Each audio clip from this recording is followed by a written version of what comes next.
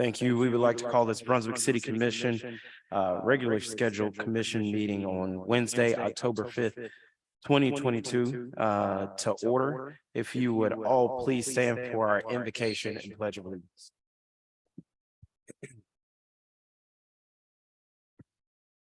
We could bow.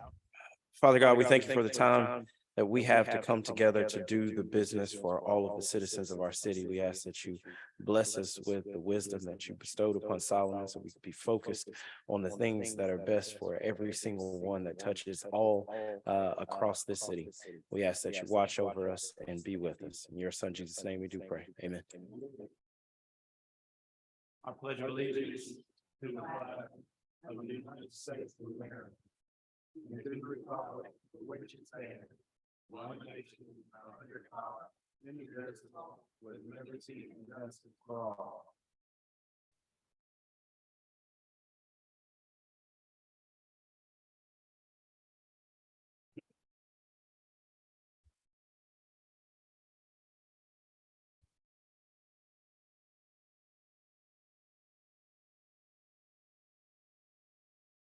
Yeah, 1 second.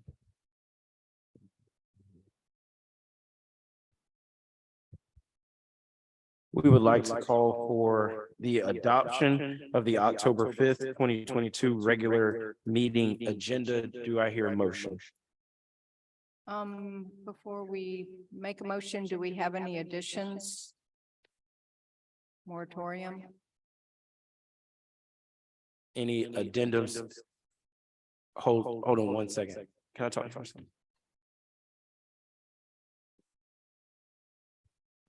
Director Hill, can we have you to the front, please?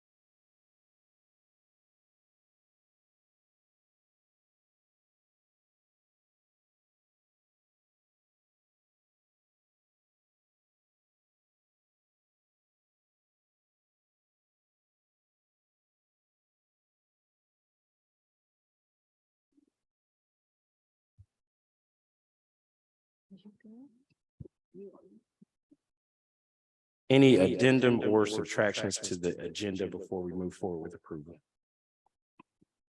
I ask that we defer item number 5, consider approval of rezoning petition number 2204 to the next scheduled meeting. Second. Hearing a first and a second, all those in favor show by the usual sign of aye. Aye. All those opposed, the same. Hearing none, the item is deferred. Appreciate you. Any other addendums or deferrals? Hearing none, we will open up a motion to accept the agenda. So moved. Hearing a first, do I hear a second? Hearing a first and a second, all those in favor show by the usual sign of aye. Aye. All those opposed, the same. Hearing none, the motion passes. The agenda is adopted. We will now move forward to our public comment period. We have a Mr., excuse me if I mispronounce the name of Mr.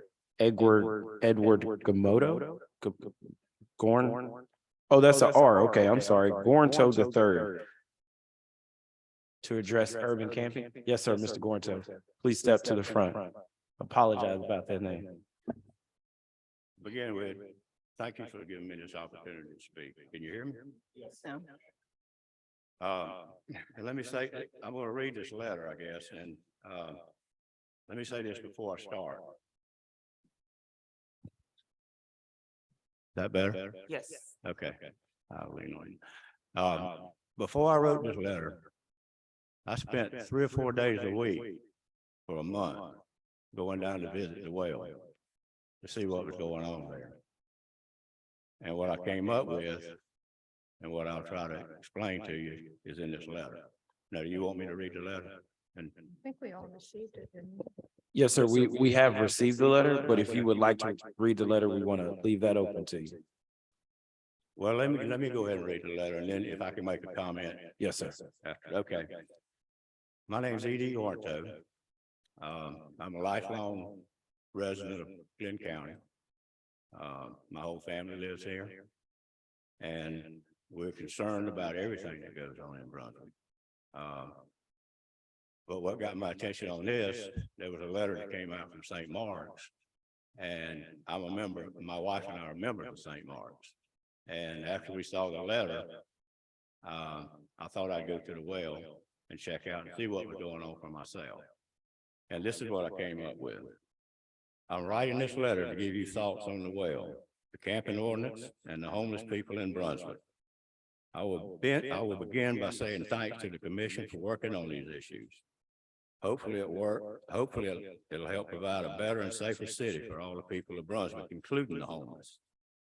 I've been visiting the well for the last month and have found that this is a place for the homeless to shower, clean up, work with social workers, prepare for job interviews. They receive help to obtain identification cards, driver's license, social security cards, and VA benefits, as well as other benefits they may be entitled to. The social worker helps them decide if the homeless people are addicted to drugs, have mental issues, or both. After evaluation, social workers can help with the process of finding the correct facility and help with the paperwork for admission. Gateway provides transportation for anyone qualified, so there's no need to move the well near a hospital or treatment center. Locating near these facilities would interfere with their daily operations. During my visits to the well, I have never been threatened. I've never been asked for money. I've never seen anyone dressed inappropriately or seen anyone out of order. People at the well have always been friendly and polite. What I've seen are people who have nowhere else to turn. I believe until housing or shelters are put in place, the new camping ordinance will only put more strain on the city police force. The homeless have nowhere to go after the well is closed in the afternoon, and leaving the well open at night would be a big help until more housing is available. Allowing the well to provide overnight accommodation would require less patrolling by the city police, and they could focus more on crime rather than vagrancy. Rather than incarceration, I believe a better solution to getting homeless off the street is to support the well and helping more people find ways to get back into a more normal life and become productive citizens again and find jobs and housing. That's not easy. I'm a member of St. Mark's Episcopal Church, and we were just presented with information that shows how hard it is to help just one alcoholic get from addiction to sobriety, to obtaining a driver's license, and finally finding housing. It took years for them to accomplish this with one alcoholic. The church does not have the ability to provide the services that the well does, so instead of working on one person at a time, why not support the well and let them do what they do best? And I think if St. Mark's and the people who signed their letter will visit the well, they'll see the well as doing the same thing, only with a large group of people. They also give a generous amount of funds to some of the other 400 charities in Glenn County, and I commend them for that. Hopefully in the future, their budget will include some for the well. I know some homeless people may only want a handout and are not interested in jobs or responsibilities, and they can cause problems. If after the well is open at night or any shelters are available and people continue to set up camps outside, or if they interfere with our churches or businesses, they should be warned and then incarcerated. There are a lot of nice things being done downtown, and nobody wants to see the homeless people interfere.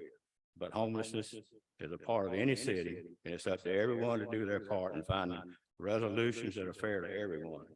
In closing, I want to say I hope there will continue to be a concerted effort by churches, business leaders, politicians, hospitals, behavior centers, and anyone else that can help the city commission find new and better solutions to address this situation and make Brunswick a safe and better place to live for all. I believe for now, the well is the best option for everyone at this time, and the well deserves our support, not our condemnation. Thank you for your time and consideration in this matter. And I do want to say this before I step down. Just because I support the well, that doesn't mean I'm against anybody else. I'm all for finding a fair resolution for everyone. Thank you. Turn it back over to you. Thank you, Mr. Gorto. Appreciate you.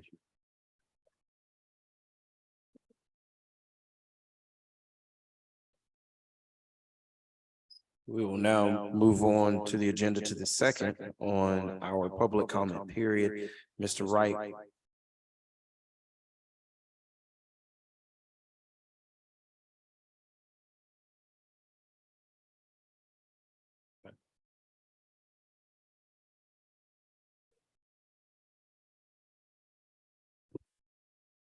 Hi, I'm Reverend Jenna Kennedy. I'm the COO of FaithWorks. Reverend Culpepper was set to speak a couple of weeks ago, but had to be out of town tonight. So with your permission, I have a letter from him I could read. Thank you. Through fate or the providence of God, it is my pleasure to minister to people on Sea Island, the streets of Brunswick, and those who live in between. I find the presence of God to be in all places. And as you can imagine, each level brings its unique circumstances. Those marginalized in Brunswick are no exception. I remind you, each one living on the streets has a name and a story. Through a long and chaotic journey, he or she has found themselves without a safe and secure home over their heads. This does not make them bad people. They're just in a bad place. In fact, anyone taking the time to spend any significant conversation with those living on our streets finds that they are people of faith and courage. Those of you who are of the Judeo-Christian traditions know that stories of homelessness and begging are throughout Scripture. The man sitting by the pool in Siloam was homeless. The Samaritan woman was likely homeless. The beggar Lazarus sitting by the city gate was homeless. All of these were very public places living in the midst of people. All of these stories become stories of redemption, and we are clearly called to recognize and engage with the least and the lost. Many in Brunswick are acutely homeless. They have health issues, financial issues, family issues, and any other circumstance that put them on the streets for a while. Usually these can move off the streets, and in fact, in the 7 years the well has been open, over 1,000 people have successfully moved off the streets. An identification, a job, medicine from Gateway or a local pharmacy, some counsel, connection to other agencies and resources is all he or she might need to change their circumstances. These services are provided at the well every day. We're proud to represent the faith community, which supports us financially and offers other various services. We're also extremely grateful for the many individuals, businesses, and organizations which offer a multitude of resources. Now, there is a difference between the acutely homeless and the chronically homeless. Some of our guests at the well fall into the latter category. They typically are the ones that are seen by the citizens and visitors to Brunswick. This group of about 35 to 45 people struggle mightily with mental health issues, self-esteem issues, and an extreme loss of hope. Some have had horrendous things done to them. Sometimes the only kindness extended to them comes from the staff and volunteers at the well. They are the ones you usually see outside the doors of the well when we are closed. It's important to remember that Brunswick is a very different place when the well opened. The numbers of those experiencing homelessness have not changed that much, but the dynamics of the city has. In 2015, when we opened the well, everyone basically had to place a go when operating hours ended. At that time, Safe Harbor did not stand on the property next to us. It was an empty parking lot. At the close of the day, guests walked across the parking lot and onto the Salvation Army, where they received an evening meal. At that time, there was no fence surrounding the Salvation Army, and they sat at the picnic tables outside and waited for supper. After supper, they either stayed at Salvation Army or they made their way to their nighttime places. The outdoor space at the Salvation Army is now inaccessible. When we opened, Night Seafood was open, and Mr. Knight had a number of safe places where people could stay on his property. Next to his property, there was an abandoned warehouse where many stayed. Newcastle Street was not thriving like it is today, and Mr. Brown blessed many of our homeless who managed many of the business properties, would leave the back doors unlocked in several of his buildings. Others stayed in abandoned property at one of the parks or on a shrimp boat. Still others found their way underneath homes or on porches. Those places are no longer available to our chronically homeless. Thus, they've largely found the area created by the Safe Harbor Wall and the Well Porch to be their place of refuge. Much has been said about the number of 911 calls to that area. Many of those calls are to EMTs because chronically homeless people have many physical health issues. Most of the calls to the police are made by those experiencing homelessness themselves. Some are simply because someone took someone else's phone. Others are because a fight has broken out. And still others are because someone who is not homeless has come on site to take advantage of them. We contend that people who are homeless are more likely to be the victims than the victimizers. Though we understand the frustration the community has with panhandlers and some who may behave inappropriately in public. Most of our guests are quiet and stay to themselves, but some do create issues. Many of the panhandlers are just trying to get enough to pay for a motel for the night. We are grateful for the local police, especially those who offer compassion and grace in tense moments. We are opposed to the current proposed camping ordinance because it does not address the issues surrounding our homeless population. A warning and then jail will do no good, as our sheriff has repeatedly stated he does not want them there. Jail should be for those who commit crimes. Certainly, some homeless people do commit crimes, but so do people who live in our most affluent neighborhoods. Let the sheriff and his staff take care of those who are in truly serious violation of the law. But we as a community must come together to resolve this matter in a positive manner. It does no one any good to just move it along. We must address the root causes and provide temporary and permanent shelter as individuals, couples, and families work through their issues. We're grateful that we are seeing signs of that within the county commission, and there are a number of us from various agencies talking about how we can offer better services for our homeless population and training for the community for volunteers and providers. Additionally, we would ask that book bags and other items found stuffed in bushes to not be thrown away. Many of them include government IDs, birth certificates, medication, and other important items. FaithWorks will be glad to receive any of these that might be gathered by the police so we can hold them and return them to their rightful owner. We are including this evening a graph of the numbers who have visited the well since 2019. It's a bit messy looking at first glance, but if you look carefully, the overall number of daily guests at the well has not changed significantly. At one point, the numbers dropped at the beginning of COVID when we began requiring masks and restricted number of people on property. There's a spike beginning in October 2021 due to the eviction moratorium being lifted. Those represented by that number quickly moved on to more stable environments. Also included is an aggregate report for the year. I won't go into the numbers, but you can see from this report the range of services that are provided at the well. If you've not been inside the well, you have no idea how much good happens there. We invite you to come and experience a day with us. In short, we ask that you move away from being punitive to helping us be proactive. FaithWorks has never claimed to be a shelter, but a daytime hospitality and resource center, and we do that very well. We need the support of the community and city to do more. Ralph and Joy and Sharon and Thomas, Mario, Chris and April and Billy, some of those who are in this room tonight, deserve our best.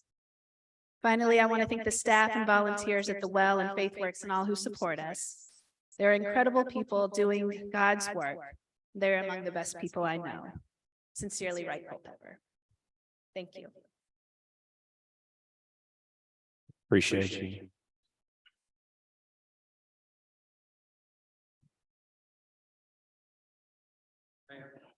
Pardon me. Before you proceed to the agenda, it's very hard to hear in the back.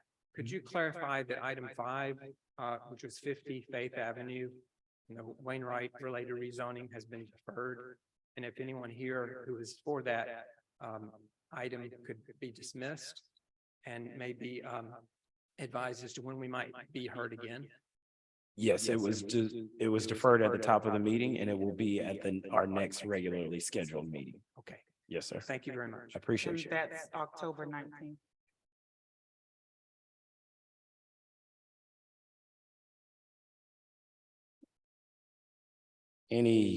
Before we move on, any questions or anything for our two individuals who came forward for public comment? Hearing none, we will move on to public hearings. Consider approval of rezoning petition number 22-03 from Maritime Homes LLC. Director Hunter.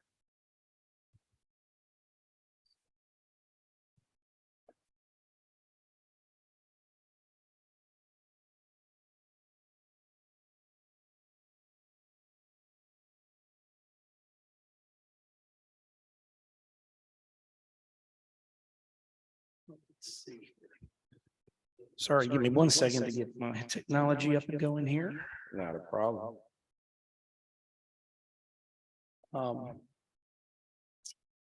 First item is rezoning number 22-03. As you said, Maritime Homes LLC, the agent, is petitioning to rezone the subject parcels from highway commercial, mobile home, and general residential and conservation preservation to PDG. You can see here on the screen, the two parcels outlined in yellow. Maritime Homes has proposed the construction of approximately 216 apartment units comprised of 9 three-story buildings, approximately 62 townhomes, and 24,000 square feet of commercial retail space comprised of 3 buildings and associated parking and infrastructure.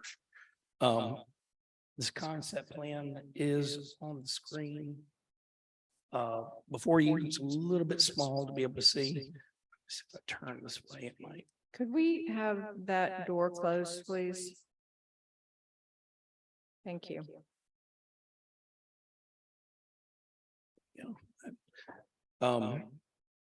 You see their concept plan on the screen.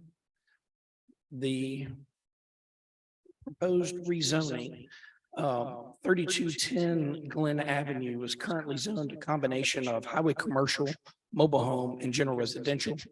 3302 Glen Avenue is zoned highway commercial. The purpose of the rezoning is to consolidate both parcels into one master plan development with commercial and residential uses. You see them here on the map outlined in yellow. The northern portion is 3302 Glen Avenue. The southern larger box that has multiple colors in it is 3210 Glen Avenue. When considering a rezoning, we refer back to character areas within our comprehensive plan. The US 17 corridor is one of the 2 highest visibility corridors that lead into the city. The US 17 corridor serves not just as a gateway into the city of Brunswick, but also as a primary gateway to the Golden Isles. The northern portion of the US 17 corridor is primarily comprised of low density, highway oriented commercial uses, while the southern portion is characterized by views of open spaces and marshlands. Some of the commercial areas along US 17 are deteriorating and suffering from disinvestment, but there's new redevelopment activity along the corridor. It's a critical time for the city because there's a small window of opportunity to shape the character of future development along the corridor before it is redeveloped.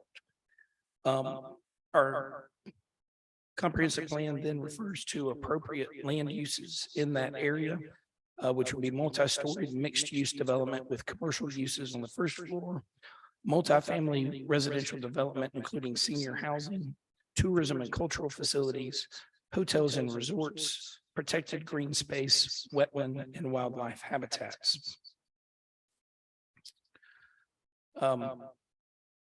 We also, because this is in the Glen Avenue or US 17 overlay district, we have to consider the Glen Avenue design framework that was approved by the commission in 2016. That governs the entire corridor, and you can see conceptual ideas from this design framework on the screen at this time. That area follows guiding principles that articulate the long-term vision for Glen Avenue. The design principles provide the standards for achieving the vision over time, and all development proposals, particularly those requesting exceptions, developments in special districts, or similar instances of special review, have to conform to the Glen Avenue design framework.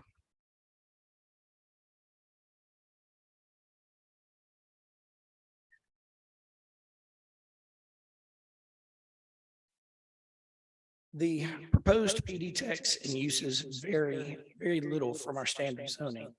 However, the PD classification would provide more flexibility of the locations of uses and closer proximity of commercial and residential uses than our standard zoning allows.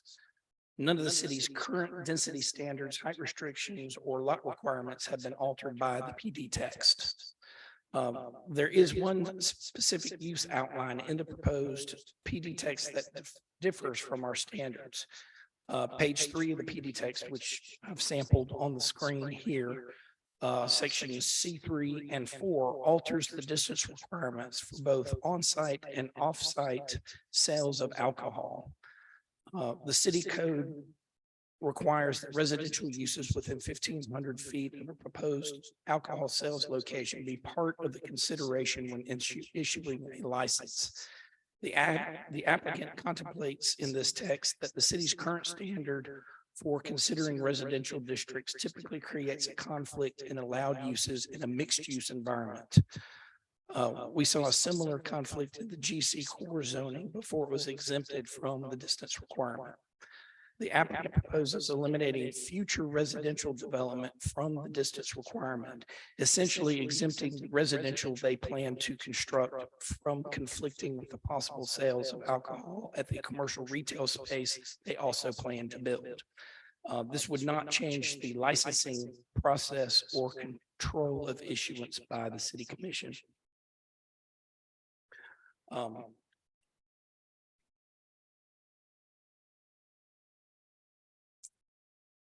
I'm not going to go through everything in our staff report tonight because it is very lengthy, as you've seen. But in review of the city's PDG standards, the US 17 special district requirements, the comprehensive plan and OCGA rezoning standards, the conceptual development does fit generally within the collective vision for the redevelopment of this corridor and our zoning requirements. However, it's a conceptual plan. There's still a great deal of planning work ahead that could affect the number of units, road and parking alignment, ingress, egress locations, stormwater retention, road alignment, et cetera. Items such as traffic studies, architectural renderings, tree inventories, landscape plans, et cetera, are all required prior to allowing development to begin and the building permit to be issued. Based on all of the information provided, staff recommends that the rezoning to special district PDG be approved with conditions. Those conditions are a 50% site plan be reviewed and approved by the Planning and Appeals Commission, and that a 90% site plan be reviewed by the Planning and Appeals Commission and approved by the City Commission. Third condition would be that any demolition of structures or removal of trailers from the site be allowed, but that no other activity beyond underbrush clearing may take place before the 90% site plan approval by the City Commission. This item has been before the Planning and Appeals Commission. They have had 2 public hearings regarding this application. The Planning and Appeals Commission voted 4-0 to recommend approval of the staff recommendation and added a condition that the alcohol exemptions of page 3 of the PD text, section C3 and C4 be removed. A little bit about the process that we are in, because this is also attached to an annexation based on OCGA 36-36. The City Commission is required to hold the rezoning public hearing prior to the adoption of the annexation ordinance. So that's why we are seeing this before we have our public hearing about the annexation. The annexation ordinance will then, after the public hearing, also be held until later in the meeting under city attorney's items, where there it would be considered for action at that time. A lot of information real quickly. As I said, I did not go into all of the detail of the staff report because it is very lengthy, but I'm happy to answer questions at this time. We also have representative of the applicant here to be able to answer any questions. And with that, I open the floor for questions from Mayor and Commissioner. Appreciate you. Will you open it up for questions to the commission? I don't necessarily have a question at this point, but you know, we as a community work long and hard to get this overlay guideline in place, lot of public input, lot of angst and talking through everything to the satisfaction of those property owners. So I feel like we're at a good point. We're finally at the point where we've got redevelopment occurring. We've seen things happen downtown. Now it's sort of feathering out to some of the other areas. So this is just the first step in moving forward with a project of this size. It is a good size project, Yes, but it is an atypical project for us. And it does have a lot of moving parts. We still have many things that need to be rectified as part of this process. We recognize that. I also feel very strongly that that should be done in the public. But at its base, our rezoning is about use, and the uses that they are requesting are actually all compatible and available in highway commercial zoning right now. They came forward with the PD text, particularly to allow them more flexibility in terms of placement within their site, as well as that added language about the alcohol consideration. But in general, yes, this is it's an application that I think is a long time coming. It obviously looks at two properties that have been problematic within the city. My code enforcement staff will tell you that very much. Yes, it is a good beginning, but it's the beginning of this process, not the end. yeah. And I think there's still a lot of opportunity for public input as well as, commission input on making sure that what we come out with or what they come out with as a final product is in keeping with what we all want to see, and it preserves what we want preserved and handles, anything from stormwater runoff to size and density, traffic issues, et cetera. If I have a question about residential permitted uses, is this the time to ask that? Okay. Yes. So this would be on page 2 of, I don't know what. Yeah, page 2 of the PD text. Yeah, thank Looks you. like this. Yes. So under Roman numeral 3A, residential permitted uses. There's mentioned item 5 and 6, group dwelling and boarding house. Can we define why that would be important based on all the other options that are available? I don't feel that it would be important. I haven't had that question asked or communicated that with the applicant. Those are standard uses within general residential. They require conditional use in general residential. In most of our commercial zoning currently, all of those uses are allowed uses. So I feel it was a cut and paste exercise.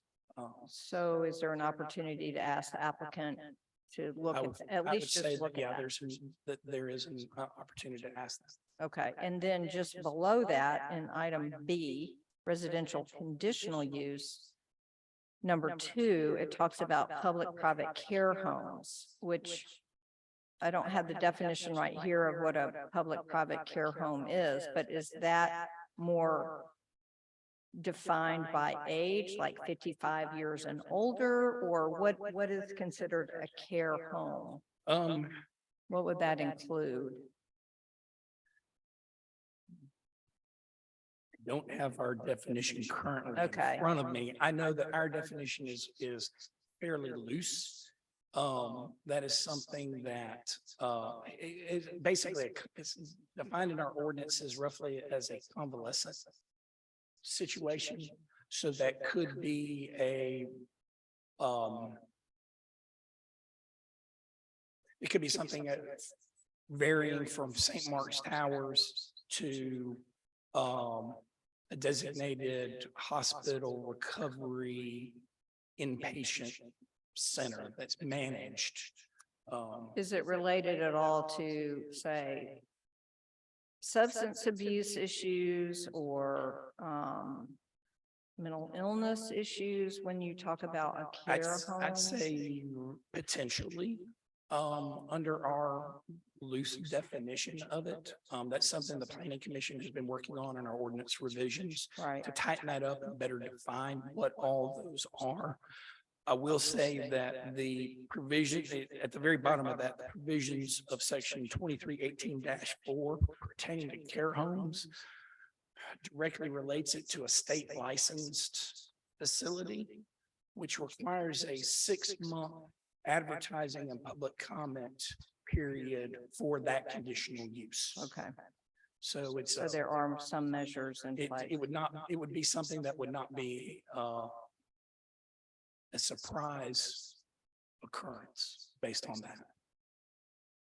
And then, I think this is like one of my last questions on the next section C, commercial permitted uses, number 6. Seafood processing facility. Again, that gets back to, that's our standard language from highway commercial. So I would assume if you feel there's an issue, there's an opportunity there to request that I mean, be removed. I wouldn't see that happening, but you never know. you never know. You never know. So I would kind of question that. I think, and then also coming further down under D, commercial conditional uses, item number 6, open yard use for the sale of rental or storage of materials and equipment. I would just question that one as well. You know, not knowing exactly what Right. all the elements are that are going to be part of the site plan and, so that's why I'm bringing. And I would that say up. within the surrounding context that a request, that those would be, if we were just looking at those from a conditional use standpoint, I would say they're not compatible with the surrounding uses. Yeah. Okay. I think those were my main questions. Otherwise, you know, we'll look forward to the evolution as it starts to move forward and what's ultimately going to be proposed. Thank you.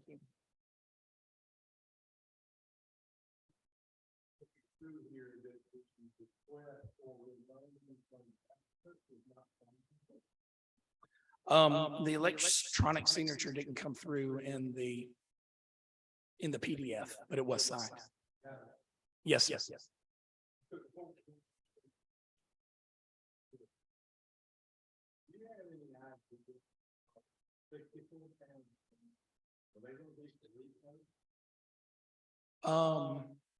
That has not been made clear at this time by the applicant.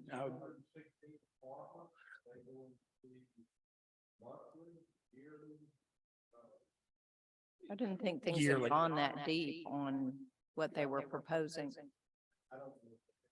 Yeah. I don't know that that's been stated publicly. I believe my understanding is they're going to be market rate annual lease apartments.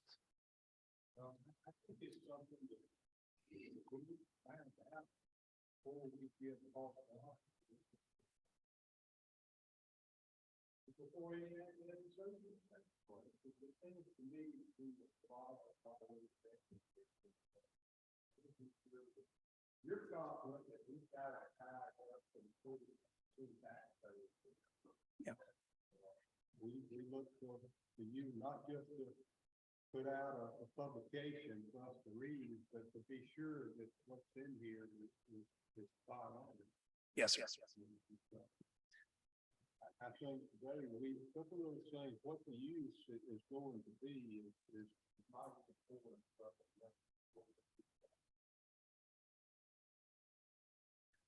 Brian, would you be able to add any clarity to those questions? It's Brian Hunt for Robert Civil Engineering. Commissioners, how y'all doing? Brian Hunt with Robert Civil Engineering. The question on the PD, so typically in PD text is generally where a developer will want to carve out certain sections of the zoning because it may not be compatible with the development they're trying to put in.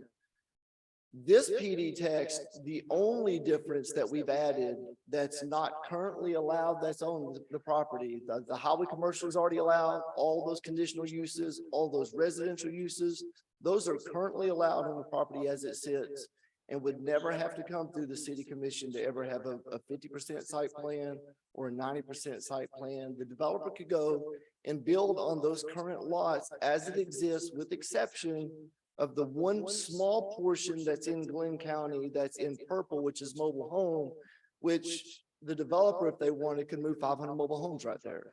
And there would be nothing that any of us could ever do except just because it's already in the zoning ordinance. So what we've done was, for the sake of being transparent, we went with the exact zoning that is currently zoned, copied that, put it into the PD, didn't change anything but one section, which is the distance for the alcohol sales. And that was only due to the commercial uses, could be a restaurant, it could be anything else that would be then in conflict with the future development that could go on behind it. We didn't edit any of the PD text. I'm very fortunate. I work at a company that we do a lot of business. I did 5 projects last night. I had presented the MPC last night, 4 of which were much larger than this one. This is developments, it would be prime to take a PD, rewrite it, write out the Glen Avenue design framework, write out the Highway 17 overlay, put in whatever we wanted to put in, and then try and push that through. We didn't do any of that. We kept it exactly as it's already zoned. We're consolidating it into one and just adding an allowable use of alcohol within 300 feet of a new residential development. I'm here for any questions. I think this is a great project for the city of Brunswick. There's already a ton of guidelines already in there. As you stated earlier, this Glen Avenue design framework, if somebody hadn't looked at it, you need to look at it. It is quite intensive on how the buildings are set up, how they're laid out, how the traffic pattern goes, how it connects to existing roads. It appears that y'all have already done the groundwork and all the hard work. All we have to do is take what y'all have done and put it into a design and move forward with a project that I think we all would agree would be better than what's sitting there right now. So the potential uses for seafood processing or a group home, or I would love it if it's an assisted living facility. My mom, I'm trying to find her one now and it's very difficult. So that would probably be a good idea. However, I know the developer's not going to do that right there. It's going to be residential and commercial. There will be apartments. There will be townhome units. I'm not sure the exact footprint, what they're exactly going to look like. Market rate is different for everybody. You know, my market rate, what I can afford, is definitely not the same as what John can afford. I know y'all pay him way too much money. However, I do think that, it's going to be whatever the market bears. Essentially what happens is that you have to do the metrics on the cost of the land, cost of engineering, us being here, meeting together now 50% and 90%, we're going back and forth. And then the cost of the actual physical material and the labor, and you multiply all that and throw in a crystal ball, and it comes out with a number that they have to meet. And it has to be at whatever the current market rate will allow. That's how they meet that number. I can't answer as to exactly what that will be, just because none of us knows the metrics. I know 8 months ago on another project, the apartment complex, 272 units, they could have got 3% interest on a $40 million project, and now they're at 6% interest. That changes what that rent's going to be.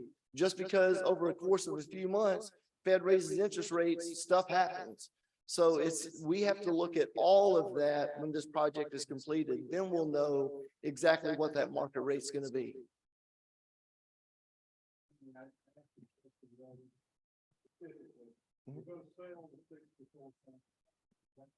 I don't have an answer on that. I'm not sure if they want to sell them or if they want to use them for rent. I don't think that the current placement of those townhomes would allow for either one. as it's currently zoned, either for sale or for rent, or if we can individually plat it. We will individually plat those lots. They will probably be sold individually. However, that's totally at the developer's discretion.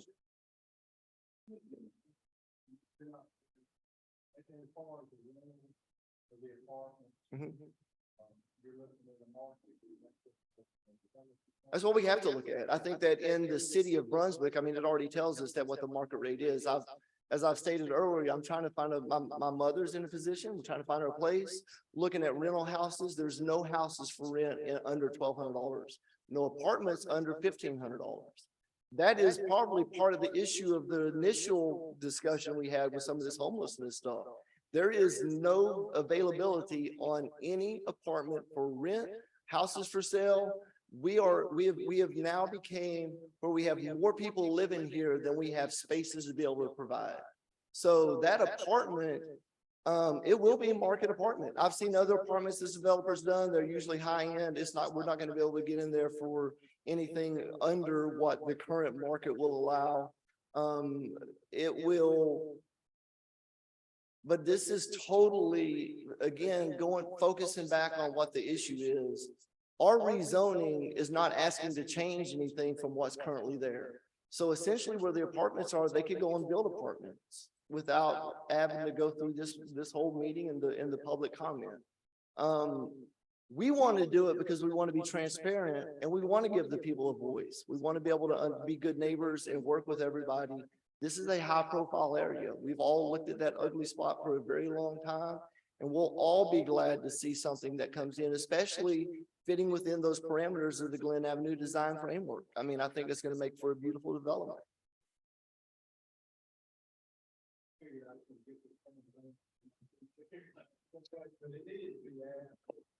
And as soon as we can, we need a lot more information here as far as I'm concerned. And one thing I know, I'm not a realtor. I never have been. I do know what we've done with this storm has made our area hard for people that are in South Florida. I will bring that, and I know you guys are on it, you know, that this could change the whole construction marketing. People are going to need a place to live, not just here, but they're going to need some help out of South Florida. That's right. This is made this a huge part of life. That's right. We appreciate what you do. I, for one, just like to have more information. We got a lot of stuff in John Hunter and reviews and things in the reputation. Yeah, and if I could, Mr. Casey, just to help maybe alleviate some of that, the complexities of putting together a project like this. Those properties have sat undeveloped for a long time. There have been many people who've tried to purchase those over the years. This gentleman's been able to do what a lot of people haven't, which is put together a deal to be able to package all of this into one parcel for development. But before we go into the next phase, which is where he purchases, the land's purchased, he spends all the money on engineering, all the money on the market study, all the money on that, that would be moot if we had done it at this point and it gets rejected, then it's bad money. So essentially the best way to proceed is to just the rezoning, which is exactly as it is now, annexation. After that, then we can really come up with exactly what's going to happen. With a project as big and as expensive and as high profile as this, I can assure you it's going to be done in a way that's very transparent and very open. Yeah. It's invaluable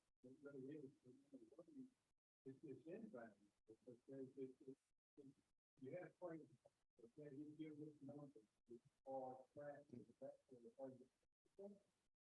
But people are just like, how do you look at it all? No, I mean, it's been more than a decade. It's just that any size of each ball, it is probably been 20 years. Any size to reach that ball. It has some opportunity, but nothing like like what we're talking about here. So we're concerned with that. You know, we want to be sure that we protect people there, that they're in those three places there. We certainly want to protect the safety and security of normal food. And the protection of the right of way there, the way they are today. No, I agree with that. And then, and again, in the zoning ordinance, all of these regulations are already in there. So what we're saying or talking about today is in addition to the entire Muni Code for the city of Brunswick, all the building codes, all of the GDOT regulations for access, it's on top of all of those, which we have to take into consideration as well. If we were to try and skate anything that's not in the zoning, John Hunter would bust us on it. We'd then get a stop work order. We'd have to come back and, you know, readjust stuff and make changes. There's reasons why y'all worked for years to work on this zoning ordinance and this Glen Avenue design framework, is to set the foundation so that when somebody wants to come in and build, they know the expectations already. We know what we got to do with drainage. We know how we're gonna have to handle traffic.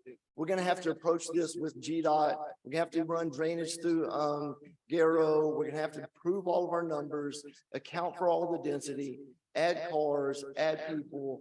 And again, it's all of the information is there in the zoning ordinance, which we have to go through. I live on that page daily going through it. I've read this Glen Avenue design framework 500 times. I can probably recite it better than John. There are a lot of little intricacies in it, but there's also very clear guidelines on how a development is to take place.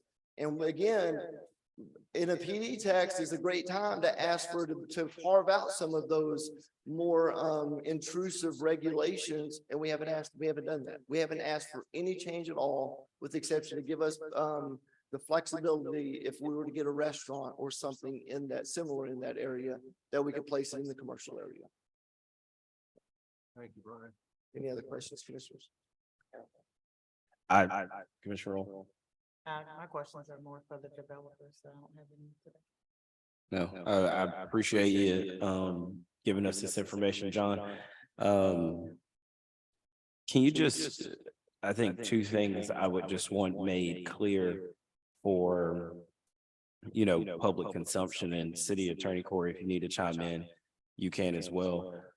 Kind of make clear what we're voting on here tonight, and then make clear the process after what comes after. Sure. So with this action later in the meeting, what you would be approving is the PD text as stated, and approving the concept plan to move forward to design, basically to move forward to design development. As Brian stated, we have a very robust overlay district here with design standards that do dictate everything from landscaping, street trees, block alignment, sidewalks, reducing the number of curb cuts so that we've got interparcel connectivity, and we're trying to funnel vehicles to where they need to go, but also provide safe areas for pedestrians, signage, lighting, protection of specimen. I can't remember the exact term for the trees, but protection for the larger trees, in the event that if the larger trees have to be removed, there's a tree replacement schedule. All of that will be gone through during this design process with them. And that will come back, and you'll see that at the 50%. I'm sorry, the planning commission would see that at the 50% mark. If you so choose, if you wanted it to come back to y'all, we can do that as well. At the 90% mark, it would go back to the planning commission for a recommendation, and then come back to this commission for approval. All that is done before a building permit is ever issued. So, at some point, you'll get a call in the future saying that I'm holding up the building permit. Just remember that process because it is going to be very lengthy. There's going to be a lot of work with the Joint Water and Sewer Authority, because you're talking about a lot of taps that are not in that area right now, and I'm sure they're gonna be very happy about that. There is great amount of stormwater work to be considered, and all of that works in with the FEMA guidelines. We are on the waterfront. It's low area. We're gonna have to build up. That's going to be complex, and that's going to probably impact the number of units that they're talking about here.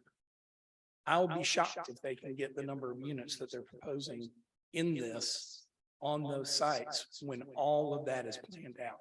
They may be able to do it, but all that is proposed is within our current densities or allowed.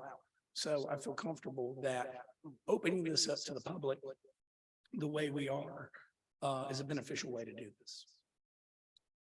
I appreciate that. And the only other thing that I would ask you to explain a little bit, Commissioner Martin did a great job explaining it to me.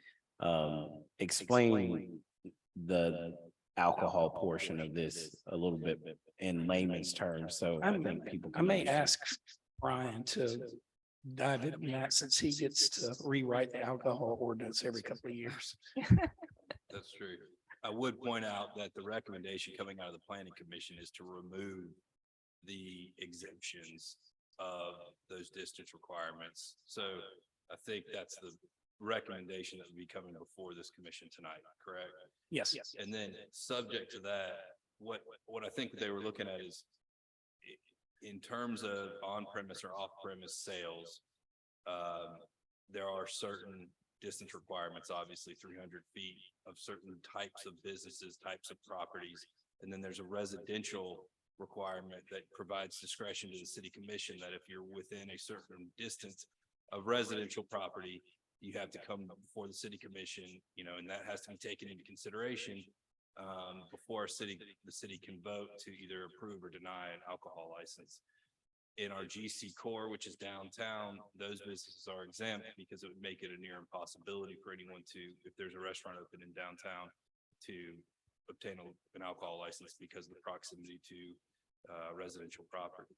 So I believe what they're asking is because the residential property, if you look at the concept plan, is clearly within those distance requirements to the commercial property, that they would ask for an exemption on that. I think the Planning and Zoning Commission took that into consideration and asked that it be removed because I think that's still something that we discussed at a later date. But even then, if they were looking at retail sales for on-premise consumption like a restaurant, because it's a discretionary decision when it comes to residential property, I still think that they could come forth and submit an application for an alcohol license. But it would just be within the standard ordinance requirement as opposed to GC core type exemption. I hope that makes sense. Yeah, so, and I'm gonna try and dumb it down a little bit, and you feel free to come and tell me if this is wrong. This is making it easier to say if two restaurants decided to open up next door to each other inside of the same complex, it wouldn't make that more onerous. It would still have to come before the city commission to be approved, but it wouldn't be as onerous as it would be going down the GC route. Right. To be clear, they're not asking that there's a component, no matter what, an alcohol license must be approved by the city commission. But there's just distance requirements that are set forth, and by the nature of the concept plan, no matter what, the way the commercial aspect is oriented, it's going to be within the distance requirements because there's residential uses all around that commercial. Right. And just so I also know, if what is before us right now has that provision that would make it as onerous removed, or is that provision in what is before the commission now? The recommendation that arose from the Planning and Zoning Commission is without the exemptions that they sought for the alcohol licensing. Okay, so if there was two additional questions. I know that JP's is right there. kind of next to where we're talking about. This has no effect on liquor stores. This is, It would have no effect. So JPs would be grandfathered in no matter what uses are put in place on this PD text. However, because of JP's location, draw a circle around it because it would prevent the application of a liquor store anywhere in the vicinity of, as our ordinances are written. Right. So, and because there's going to be residential use in that, that would also prohibit the ability of an off-premise liquor store to be open in that area. I don't want to speak obviously for the developer if they thought that far ahead. I'm sure a restaurant is probably the most likely contemplated use that would require an alcohol license in that area. But I don't, based on looking at, you know, the overview of what the current uses are there now, and taking into consideration that JP's is in the middle of it. Right. I don't foresee the ability of having another liquor store anywhere. Okay. Good. And I'm sure restaurant usage is what we're talking about here. Let me ask something. You're saying in that area, Brian, or in this development? Are you talking about what radius? In what sense of a liquor store? Yeah. I believe, I'll double check on the ordinance, but I believe the JP's proximity as alone, we have a prohibition on additional liquor stores coming within its vicinity as is. That's not going to prohibit necessarily not going to prohibit like an off-premise license to be submitted, but it would be something that the city commission would take into consideration. Obviously, JP's is in existence with an active license, so whatever is built behind it cannot impact its current and active license. Thank you. And just one more additional for me. If we are to move this forward and wanted to include that provision, so it wasn't as onerous for restaurants to operate inside of a self-contained economic development area, we would need to ensure that we said we wanted that back in the provision instead of just passing the provision. As is. Your motion could, I would say for safety's sake to state that in a motion Okay. at the appropriate time. Okay. Perfect. Thank you, Director Hunter. Any additional questions? Yep. And then we open for public comment. It is a public hearing, yes. Yes. So we will open it now for public comment. How you doing this evening? Yes. My name is Rhonda DeCrescenzo, and I'm gonna spell my name because the last time I spoke, y'all didn't get it close. It's Rhonda, RHONDA, DECRESCENZO.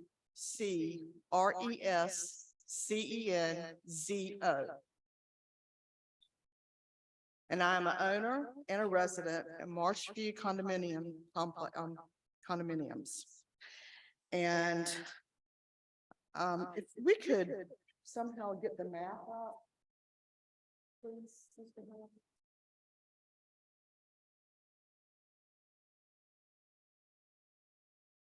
No, the concept, this one right here. Thank you. So I'm gonna show you. Ms. Rhonda, so I don't cut anybody off. I'm sorry. We're going to make sure we hold it to within 5 minutes for each person. That's it. Yes, ma'am. That's your leaning to the 10.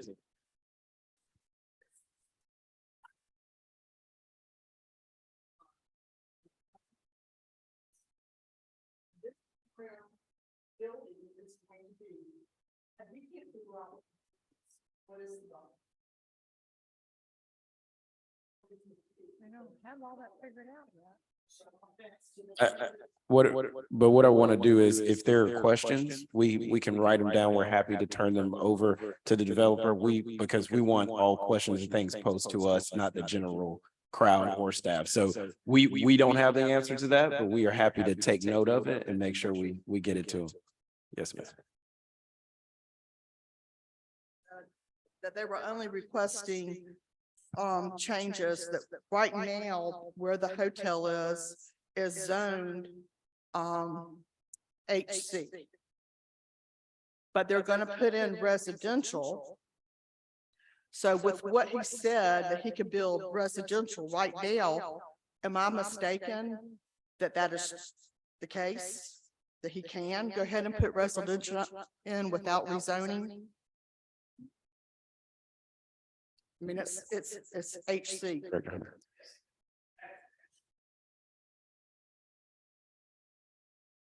Okay, I didn't know, and I was just trying to clarify. Absolutely. Right, we are. So I'm gonna address some things that were on the staff recommendations. And one being that, well, first off, I was at the meeting and I did oppose the change for the annexation, because I brought up, and it's recorded in the meeting about the alcohol, changing the variance. But just wanted to bring that up. But on the other things, we're not mentioned one time in the staff analysis. Marshview Circle Drive is not mentioned one time. Everything that's mentioned in their analysis is at the other end of the project for Riverside. We're gonna have the most impact at our end because of the 214 apartments. Right now, we cannot pull out and make a left-hand turn without crossing 3 lanes of traffic to get into that turn lane in the middle of Highway 17 to do a U-turn to be able to go the opposite direction, south.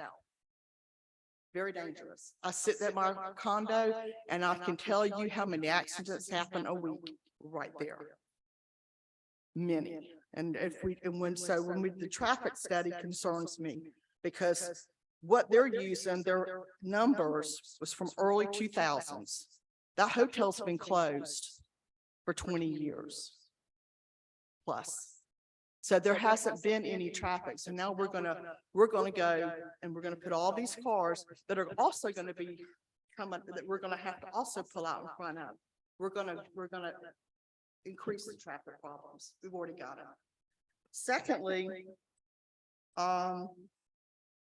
flooding. We flood. And when y'all start building up, they start bringing in dirt and building up, we're done. We are done. Our storm drains run to the marsh. We're not tied into the city. We have our own. We're grandfathered in. And as it stands on the back of that hotel property, there is a stream that runs behind it that at a king tide fills in with water. And it will flood. So I want to know what they're going to do. You know, I'm curious as to know what they're going to do about that creek. Because it's there, but they're not showing it on these plans. Also, you know, the high density. I don't think this area can accommodate that many people, that many cars. The hotel, you know, had, I don't know how many, 140 something rooms. If they were all booked, 1 car per room, 147, 214 apartments will have probably 2 vehicles per unit. And there we go. And then you have the townhouses. And then you have all the other stuff like coming from St. Simon's, who has in 22 years has increased their density. So you've got everybody leaving the island that's going north on Highway 17. It's a nightmare. It is truly a nightmare. I looked at the Highway 17 overlay. I've read it in detail. There are some parts that this plan is not adhering to the recommendations on this. It's not. And I pray that y'all really look at this in detail and see what they're doing. I think, you know, a development is wonderful. I'm tired of looking at that old broken down hotel. Anything would be better than that, but not to the extent of the density that they're planning on putting in. And last but not least, trees. Where are all these trees going to go? Because they're not showing up on there. I didn't read anywhere in the Highway 17 overlay where they could move trees and do replacement. I didn't read that. I must have overlooked that. But I thought that it said that the trees had to remain and that there's a buffer of 35 feet from the marsh or the water for public use. And I'm not seeing that on these plans either. I'm not seeing the walkways and stuff that are by the marsh. There's nothing. They're building straight to it. And the Highway 17 overlay says you have to leave that buffer there. You have to have the walkways so the public can access the view. Yes, ma'am. Ms. Ron, I was about to say, I want to give you 30 more seconds. If you got anything, I'm done. you done? But thank you very much. I appreciate you. And we took all of those notes and we'll make sure we get that All over. right, thank you. Thank you so much.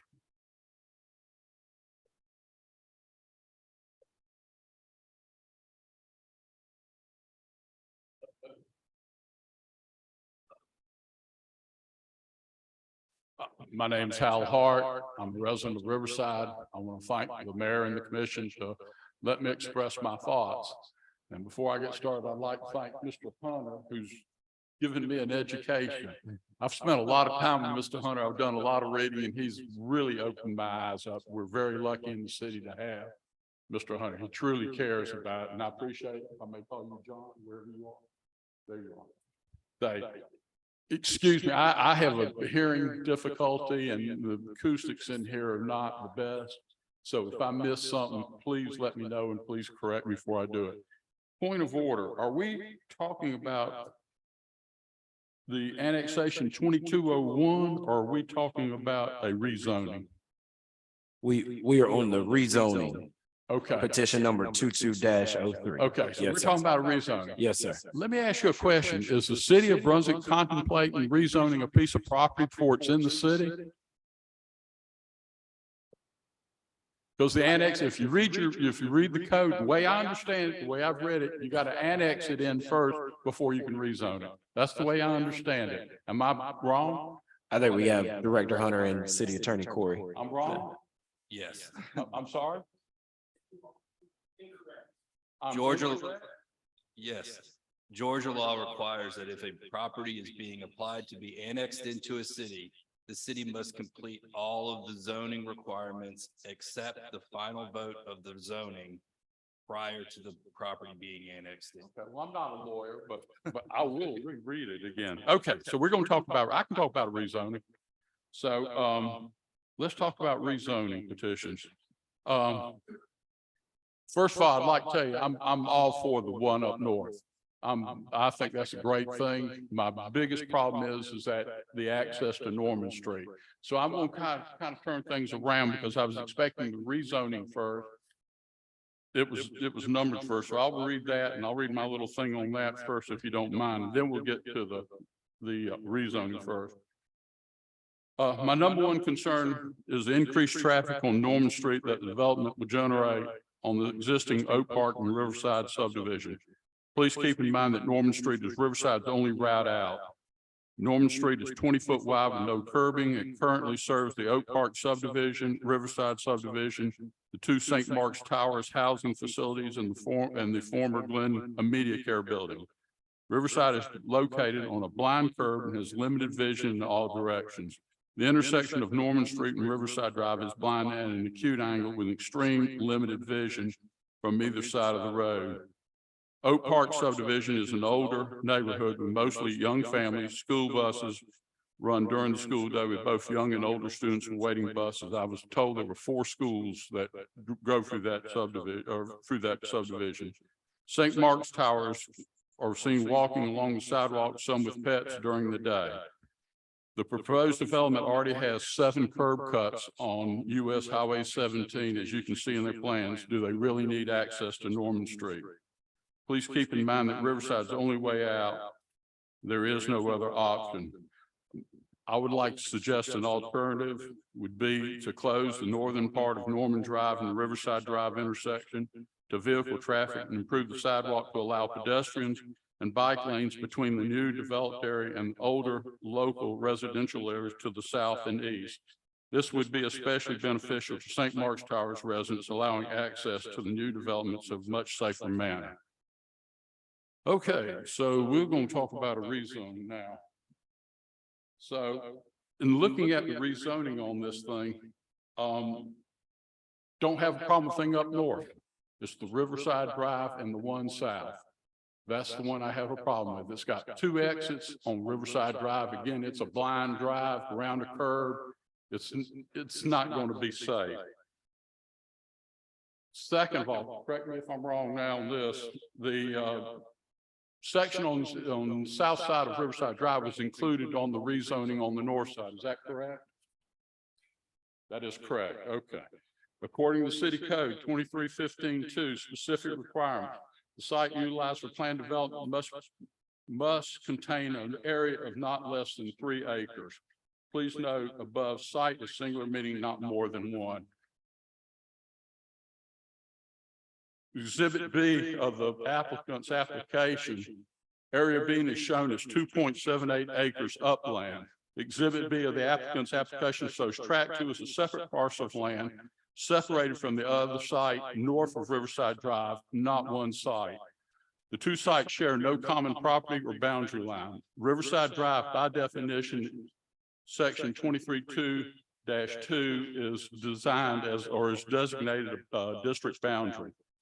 In order to make Exhibit B tract 2 site over 3 acres, the 3.19 acres of marsh would have to be combined with the 2.7 acres of upland. Does the city intend to plan the marsh PD?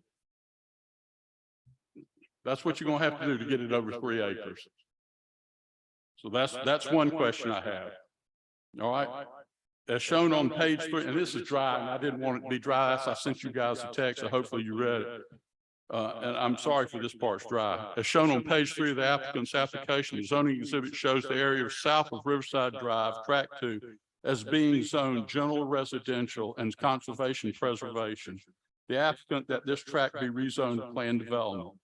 The guidelines for residential development in the GR residential zoning and planned development general zoning are the same requirements for residential. It's the same thing. PD and GR same. Is that correct? That is correct. Okay, thank you. The difference between under a planned development general zoning PDG, commercial uses would be allowed on this tract of land. That means we could have a commercial thing on the south side of Riverside Drive. Is this what the city wants? Do y'all want to put a commercial in there? I don't think so. Under the applicant's present zone, general residential, the applicant does not need the rezoning to do what he proposes to do. That's the simple fact.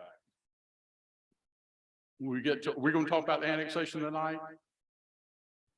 We are. That's up next. Okay, I'll sit down then. Thank you very much. I appreciate you. Thank you, Mr. Hart.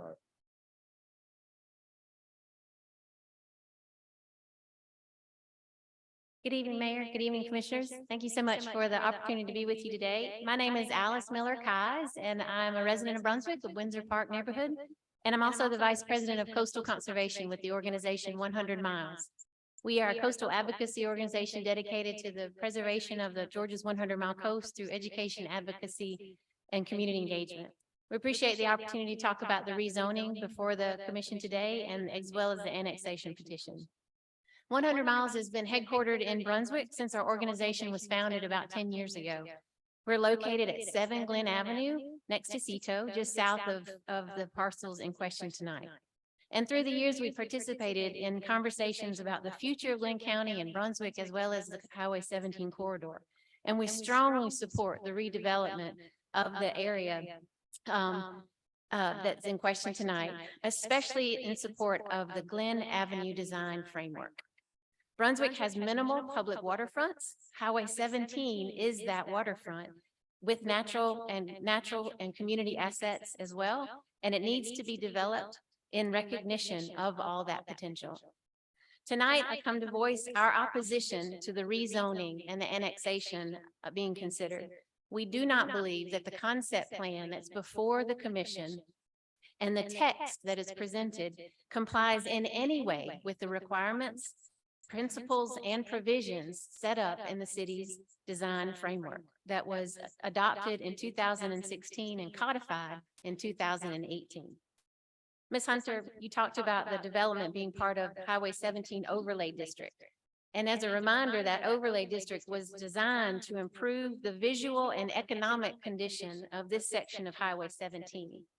City Code Section 23-23-7 states, in fact, that the Glen Avenue Design Framework shall be the design guidelines in which all planning and criteria to demonstrate how the design goals and objectives will be accomplished. The design framework outlines 7 guiding principles and 6 design principles that provide really sound structure for the development and redevelopment along Highway 17. It really presents an opportunity to shape the future of this corridor, as was mentioned earlier.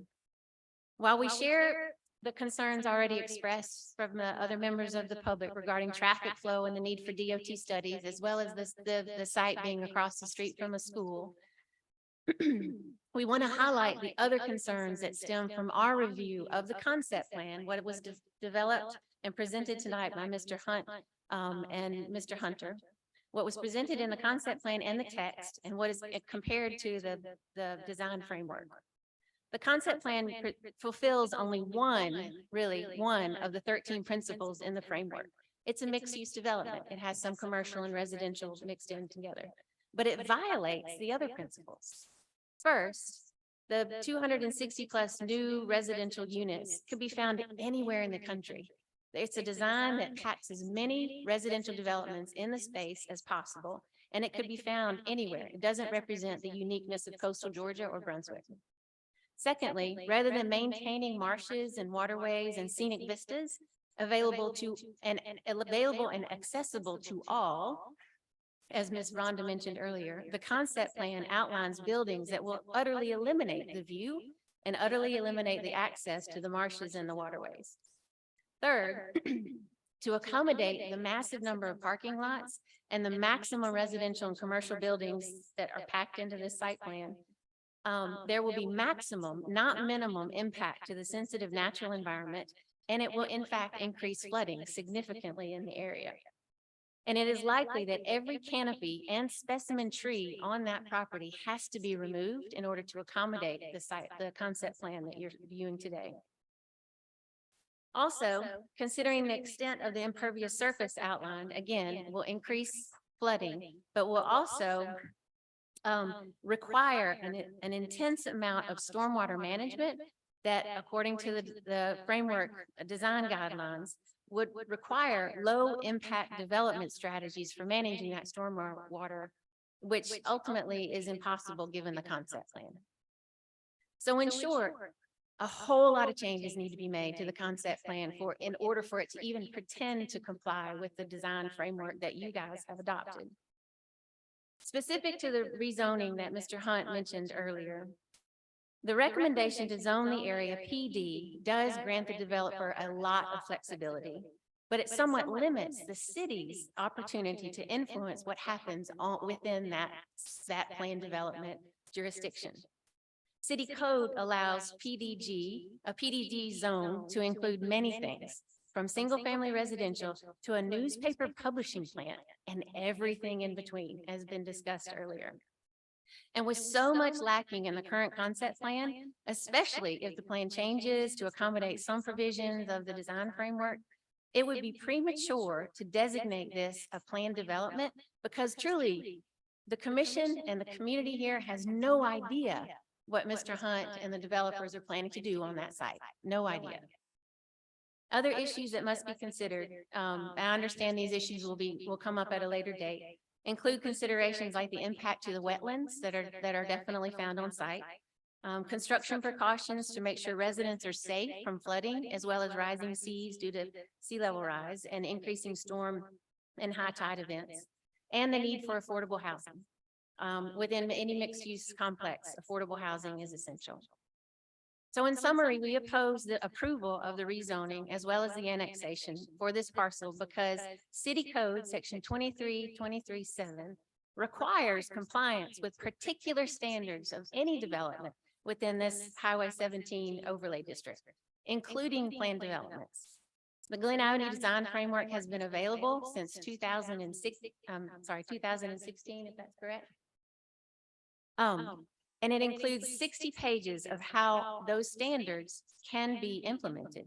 The developer had access to all of this information, yet vaguely mentions the code. And again, the concept plan does not reflect any of the principles or provisions that are expected to be implemented.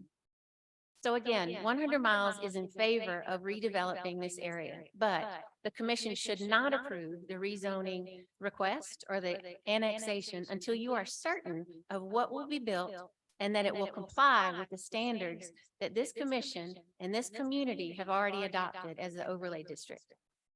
Thank you so much for your time. Thank you.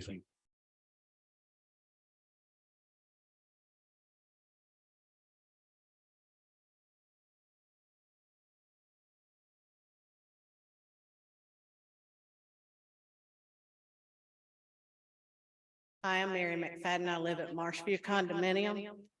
We oppose the PDG because we believe it gives the developer carte blanche to put in whatever they want to in this development. We're also opposed to the density of this development. We're afraid it's going to significantly impact our traffic. We are right next to the apartments that are going to be built. We have a difficult time pulling out of our driveway now. And it's rough pulling out. You got to go fast. It tears up the bottom of your car. So rough there. But if we're going north, we're fine. If we're going south, we have to make a U-turn. So if we're coming home, you're coming from the north, you have to make a U-turn to go into the condominiums. The traffic's flying right there. And if you add 216 apartments, it's going to significantly impact our traffic right there. St. Simon's has also had increased traffic since the study was done that said that there was no significant impact to traffic with this new development. They have not considered a small creek that runs between the apartment property and the condominium property. It's a small creek usually. If it rains, it's a big creek. It is flowing water and there's an overflow for king tides in there. They're not showing any trees there. It's currently a wooded lot. We know that foxes live in there, raccoons, possums, a lot of birds. The diamondback terrapins that live in the marsh come to that area to lay eggs. And they have destroyed all that habitat for all those animals because there's no tree on there. There's no room for a tree on there. The apartments are so densely packed. In the Highway 17 overlay, it said the vision was to create a parkway along Highway 17. And it defines a parkway as a wide scenic road planted with trees, and what we're getting is densely packed rental housing. We also have a concern, that hadn't been spoken, that this could end up being low-income housing. 3 statistics from the 2020 census. This is the preliminary report from the census. In Brunswick, city of Brunswick, 36.3% owner occupied housing rate. The national average is 64.4%. So we are half the national average for owner occupied housing. So we're going to add more rental units instead of building homes people can afford. The median household income in Brunswick is $27,000. The national average is $65,000. So they're adding retail space to people that can't afford it. We've already got all these abandoned strip malls, and I'm afraid what they're going to build is two or three more abandoned strip malls. In Brunswick, the percent persons living in poverty is 35.7%. The national average is 11.6%. So we are triple the national average for people living in poverty. For those reasons, I feel like that will eventually be low-income housing. So we would like to ask the commissioners and the mayor, please come to Marshview and see what we're talking about. Let us show you the creek. Let us show you the wooded area that's going to be destroyed. Let us show you where the king tides come in. And let me show you where we're going to flood if they build buildings on that creek. It's going to flood one of our buildings if they move that creek at all. Please come to Marshview. Thank you so much.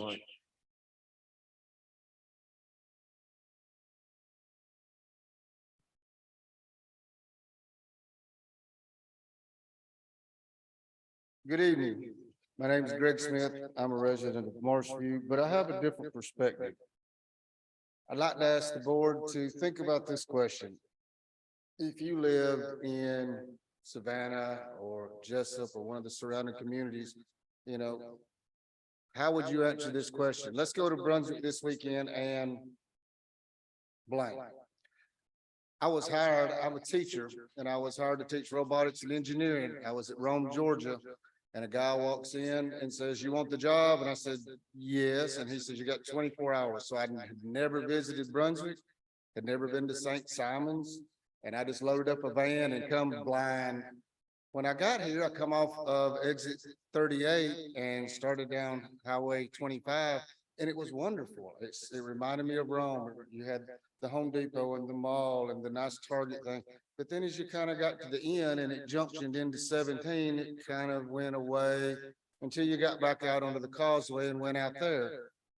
And one thing that bothers me is Rome and Brunswick are about the same size, about the same population, have kind of the same geographic location. We're about an hour from Jacksonville, an hour from Savannah. Rome was about an hour from Atlanta. So there were a lot of similarities, but in Rome, we had things there where people would say, "Hey, let's go to Rome." We have an Atlanta Braves stadium. We have the Class A team in Rome. They built a wonderful stadium and we get to go see that. They built a forum, which has had wonderful little concerts.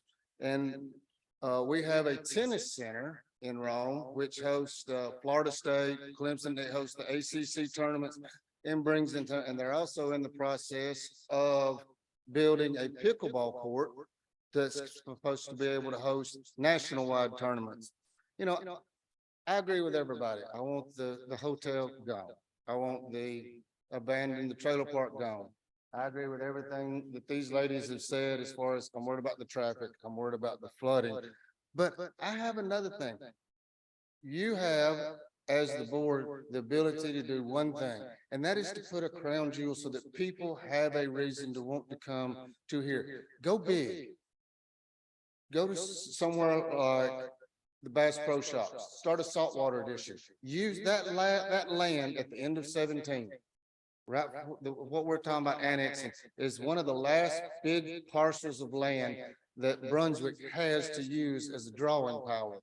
I cannot think of anybody who is going to come up and say, "Hey, let's go to Brunswick this weekend and see the 280 units that they built." If you allow this to be built, you could take this and extend 17 and 25, and then you could extend down Alabama south towards Newcastle. And you could use this place. This is a wonderful spot. It's the last shot you're going to get, like the lady said, of something on the marsh, where you could actually build something that would draw people from out of town and make a crown jewel, you know. And I just hope that you might consider tonight tabling the motion and going into session and talking about, is this the best use for this, for Brunswick, for future, to grow this into a city people want as a destination and not a waypoint. Thank you. Thank you.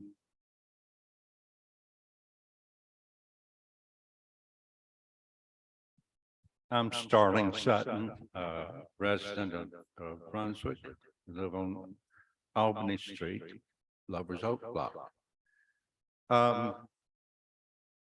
We have an informed citizenry. We have shown that tonight, and they've done homework, research, and they've done deep thinking. But I'm concerned that one of the things that's being misunderstood tonight is that the commission is not being asked to approve a final zoning and a final site plan. It's the beginning of the process, and the planning department and the applicant have been quite open that what they're putting in front of us is purely concept. It's a concept that they like to start with and then work with the city and the residents to produce a final concept plan. That at that point, that would be, have to be approved by the city commission. And John Hunter will correct me, but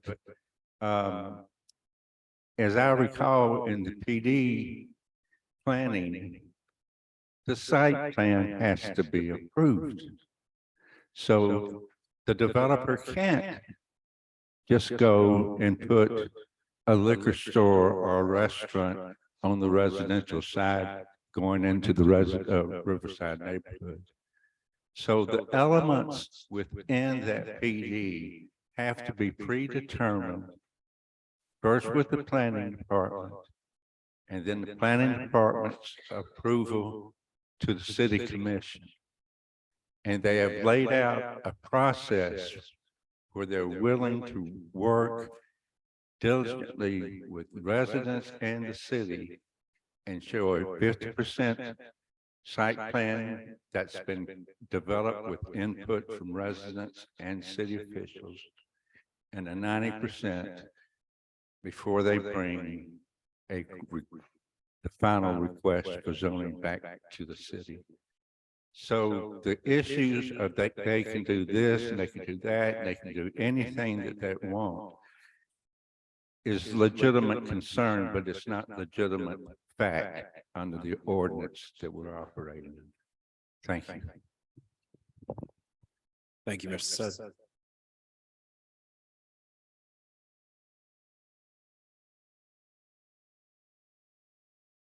Mr. Bishop. Thank you, Mr. Mayor, ladies and gentlemen. First thing I'd like to do is express my gratitude for the time and the effort that you all spend every day of the week. You may get some compensation, but it's de minimis. It is minimal compared to the time that you spend. Another thing I would like to say is y'all have an excellent planning staff. John Hunter is as good as it gets. And I've represented people in Glenn County and in the city of Brunswick. Just as I think the last time I was here, I was representing some young developers who'd made substantial investments in downtown Brunswick. It was also raining when I was here last time. It was on Wednesday night.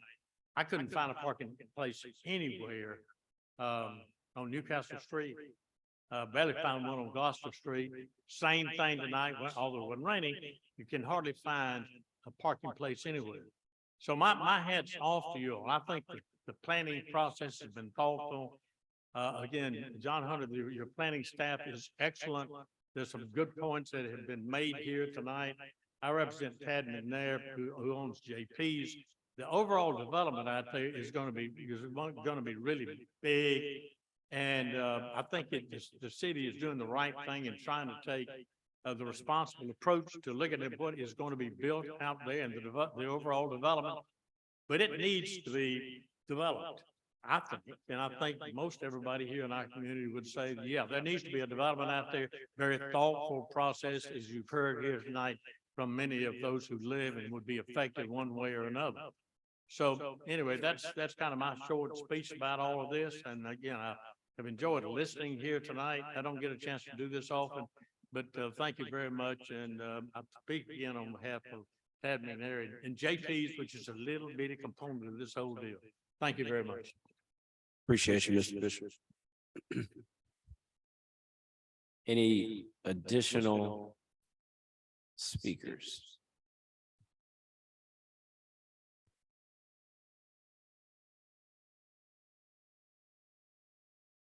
Director Hunter, anything additional from you on this? Okay. Hearing and seeing no speakers, we will open it up for a motion. Mayor, you want to go? Yeah. Yep. This is where we hold any Got it. action until later in the meeting after you take action on the annexation. Gotcha. We'll now move to item number 4. Annexation petition number 22-01.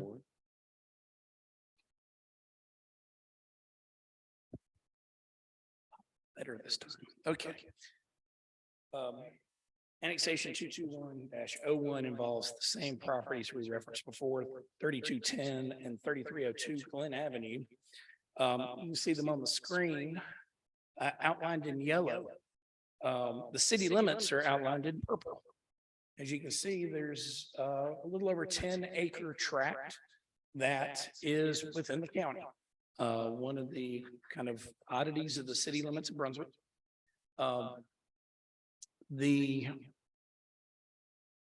The applicants have asked for 10.11 acres under the estate of Mary Elizabeth Herod. That's kind of the southern portion. And then Island View Partners LLC, the owner of the northern parcel, only a small sliver of their land, 0.034 acres, is currently in the county. We have seen the proposed development in our last action. The survey shows the area that would be annexed in a little bit more detail without buildings, so you can see it, but this kind of box in the middle is what would be annexed. And then along this property line that I've zoomed in on is where the smaller 0.034 acres pushes into the northern parcels. The annexation will follow the 100% method as permitted by Official Code of Georgia 36-36-1. Written notice of the petition to annex property was given to Glenn County, and they responded with no objections or development conditions.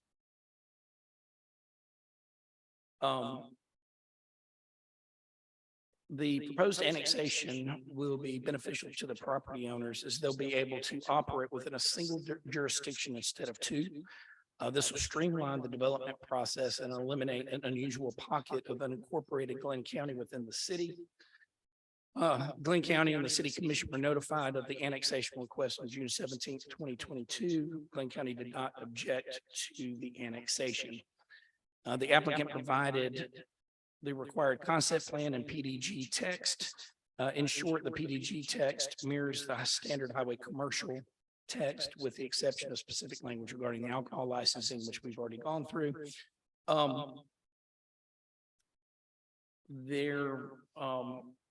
They did not, as part of this application, include a traffic impact analysis. Under our ordinances, their section 23-26-41, it goes to the Planning Development and Codes Director to do preliminary calculation on traffic impacts. As I state through the report, I put together a number of different scenarios that measured that. Looking at what is there now and what that, if it was fully occupied, what that would be. I looked at its current state of 0. I looked at just the parcel being annexed and what those impacts would be, and looked at the full development and what those impacts would be. And we know there's going to be traffic.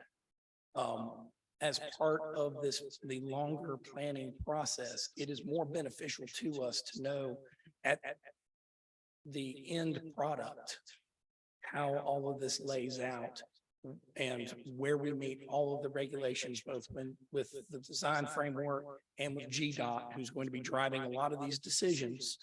And that analysis, when we know numbers of units completely and accurately, that is more beneficial. You know, I can make those numbers, the traffic count numbers say all sorts of different things. The annexation itself is already in a developed area, or, you know, and that's what is important, I believe, here, is that knowing the long-term impact will help drive the development and design under the regulations that are in place. So we did not do a full traffic analysis. But we feel very confident that we will be taking all of those concerns, whether it's Norman, Parkwood, Marshview, 17, all of that is going to be wrapped up into a singular package. So we understand the impacts well before any building permit is issued. And you'll see those, and you'll see the effects of that when those site plans come back to you. So you'll have a full understanding of what happens with traffic around us.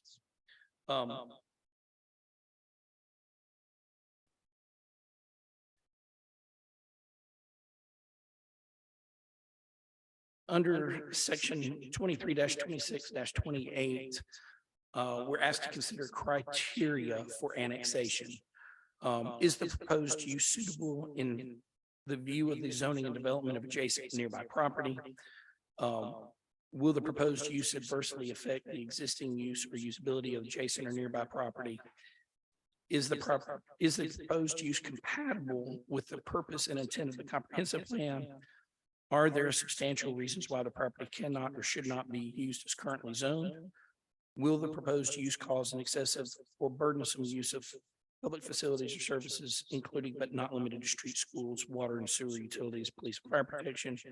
And is the proposed use supported by new or changing conditions not anticipated by the comprehensive plan or reflected in the existing zoning on the property or surrounding properties? And finally, does the proposed use reflect a reasonable balance between the promotion of public health, safety, morality, general welfare, and the right to unrestricted use of property? Based on all the criteria laid out in the staff report, staff recommended approval of the annexation. The annexation did go through 2 public hearings at the Planning Commission 2 previous months. The Planning and Appeals Commission voted 4-0 to recommend approval of the annexation. Annexations are ordinances. So as we saw at our last meeting, I had to bring this proposal to you for you to consider as adopting it as an ordinance. We have a draft ordinance that outlines the parameters of the annexation. The annexation ordinance action is on the agenda later. We have this public hearing now, as we said earlier, later in the meeting, after you take action on the annexation is when you take action on the rezoning, if you so choose. So that's summary of my report. Happy to answer any questions. I know we've already heard a whole lot of this, so happy to answer anything else that's popped into your mind as we've gone through this. Any questions from the commission? Hearing none, we will also open this portion up for public comment. If anyone has anything additional they would like to add.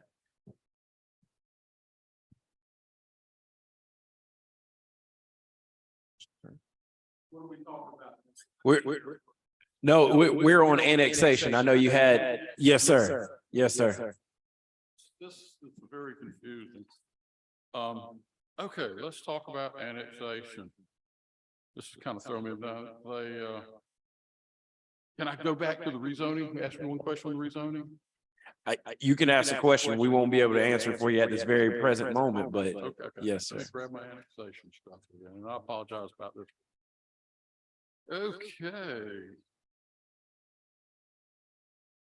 Okay, on the annexation, there's 2 questions that our code, city code requires before you can do an annexation, and I want to know, has section 23, 26, 24 been addressed and satisfied? That is, I'll tell you what section that is. That's by the city code, traffic impact analysis. Yeah, that was part of what I was. Well, I can't hear you. So you've got a traffic study in hand? Else needs to determine whether or not there needs to be. Okay, so with 200 and something plus residences, 20,000 square feet, you don't think it's going to be 100 trips in the morning, 100 trips in the afternoon? You do? Yeah, as I stated, I've ran multiple different scenarios. Multiple different numbers. at the concept plan stage, did not feel that it was appropriate to further track. John, you and I both agree on that. It's the chicken or the egg thing, isn't it? It is. It's a terribly written ordinance, but it is what we got. It is a chicken or the egg. Do you build the road before the traffic comes, you build the traffic and then build the road? And that's what it is. And I agree totally with him 100%, but that's not what the ordinance says. The ordinance says, and again, I'm sorry, no application shall be accepted or advertised for a public hearing by the planning department until such time as the transportation impact study, if required, has been completed and submitted to the planning development and codes department. That's your ordinance 23, 26, 24. Second ordinance, Division 4, traffic impact analysis, 23, 26, 38, threshold of applicability. A traffic impact study shall be required for any discretionary development proposal which can reasonably expect to generate 1,000 trips during the single day and or 100 vehicle trips during the morning or afternoon peak hours as determined by professionally accepted and information is provided by traffic. I'm sympathetic, John. I know what he's dealing with.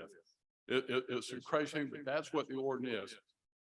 Would the commission consider a proposal or suggestion of no development will take place until the traffic impact analysis is done and accepted by planning, development, code development of the city?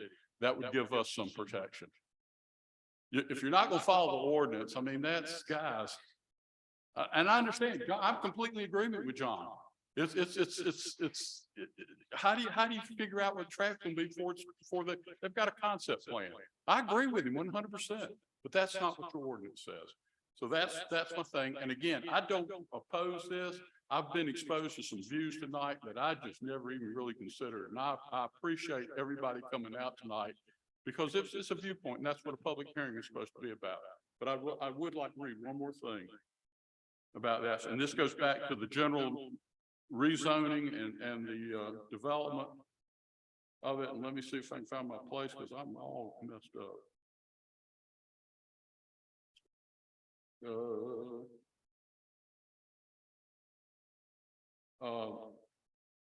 Mr. Hunter suggested a traffic study be done at a certain percentage of site plan. As far as I know, that's not in our ordinance, is it? 50% or 40%? It is not. Can y'all adopt something that will do that goes with this ordinance and says to hold our developer to do this, make it a requirement? I don't think that's very unreasonable considering what everybody has said here tonight. Mr. Hart, can I get, what were you asking us to ask again? I was asking if y'all are planning to rezone the marsh to PDG. Okay. That's my question. So if you pass the first one, the rezoning, that's what you're going to do unless you modify that. That's my interpretation. I'm not an attorney. Mr. Hunter is correct in that the Georgia DOT will decide Highway 17 access to the project. I'm not familiar with that. Usually if you got a curb cut, you can do it. But this is what I'd like to read to you guys. Norman Street is in the city commission's hands. You control its destiny. You decide its access. Can you imagine what traffic would be if 200 plus residents plus 20,000 square feet of retail were built in your neighborhood? One road is all we have out of Riverside. And I appreciate any consideration that y'all will give us. Thank you. Thank you for letting me express the freedom. Thank you, Mr. Hart. Yes. Commissioners, I'd like to speak on the topic of the traffic study. It is very confusing in the ordinance. With regards to the section that speaks to the PD, it gives full discretion to John Hunter as to whether or not he wants a traffic study done at that time. But then also some things that Mr. Hart read is in relation to a traffic impact analysis. Those are two different things. A traffic study is done by a traffic engineer who will look at the development. We have to provide them with an actual layout, heights, number of units, size of the units, the internal street flows. All of that information goes into the traffic study, which is then turns out and will tell you this is what the traffic's gonna generate, this is what it's gonna look like, this could be some problem areas, and gives us an area to be able to then view and make decisions on how we can do curb cuts or access or traffic light or whatever that is. A traffic impact analysis is just a very low-level look at how many trips per day per car based on a general use. That's something that John did run. And that's where we've seen some of these numbers that come up with the traffic, the TIA. When we get through the site plan phase, and again, I feel terrible that the site plan's up there. This was just at the request of John Hunter to give us something what it might look like. That we just put together a site plan that's not fully thought out or vetted, yet it's being used. And again, numbers are being used with units and size and counts. And all we're saying is that the development will fit within the confines of what the current zoning is, which is what the proposed PD is. The marsh is not going to be impacted, not because we don't want to develop it. If that was the case, then marsh would be developed everywhere. There is very strict guidelines by the DNR and the Army Corps of Engineers on what we can impact, what level of how close we can even get to it. So that's why it's not shown on any of this. It's untouchable. And that's why Riverside Road can't get any bigger, is because they won't allow y'all to put any further use outside of the marsh. We do not anticipate traffic to be going into Riverside. It's not going to be going that direction. I think that should alleviate some of Riverside's concerns. And there's one other thing that I wanted to bring up, and that is whether or not this is going to be low-income housing. And I want to say again, that I have no idea what this developer is going to do. This is totally on him. However, my definition of low-income housing may be different than somebody else's. And I think that we need housing in Glenn County. That's what we need. We need housing. First off, the only way you're going to drop the market is if you have more supply. That's the only way we're going to get rates down for people to be able to afford housing. Thank you, commissioners. Thank you. Thank you. No, we gotta move on. Quickly. Just heard their engineer say Riverside Road can't be widened. Now, how y'all gonna do traffic on that? Okay, that's my one thing. And if this is such a low level type thing, will he agree to do a traffic study? Will y'all put that in the wordage and protect us, protect our neighborhoods? Thank you. Thank you. Justice. Yep, we got it. Good evening again, Mayor and Commissioners. My name is Alice Keyes. I'm with 100 Miles, resident of Brunswick. I'm here in this second hearing to oppose the annexation of the property being discussed today. Again, why would you annex an area that it has been slated as a planned development for who knows what? I understand the initiative to get the process moving. However, the guidelines have been in place for many, many years. And out of respect to this commission and the community vision that was outlined in that and in the overlay district, it just seems a bit disrespectful to come before this commission and waste the time of the city staff and waste the time of the public to review this with having so little thought put into the concept of what the planned development will look like. So again, here to ask you not to approve the annexation at this time. Thank you. Any additional public comment? Seeing none, just want to make sure we are on cue. So we are taking up. Yep. You would take no action now. Got it. You wait for any action to take place. After annexation, and then we come back to. Then we come back to rezone, correct? Rezone. If it pleases the commission can certainly elect to move the consideration of the adoption of the annexation ordinance up to the present. I know there's lots of people here that are interested in that situation. If there was an action taken by the city commission on that ordinance now, then there could be an immediate action after that to take into consideration the rezone. But that is up to the commission. Otherwise, it can stay in line with the agenda. If that makes sense. Yep, no, I will put that to the will of the commission. I didn't fully hear exactly what you were saying. Because the item number 14, which is the last item on the agenda, is the actual adoption of the annexation if the commission wishes to do so. Okay. That item would need to be approved first before there can be a vote on the rezoning. Rezoning, sure. So if it is the will of the commission now to take that item 14 into consideration in light of, you know, the presence of the interested parties. Sure. The rezoning, the rezoning decision could then be voted on immediately afterwards. John, is that? Yep, okay.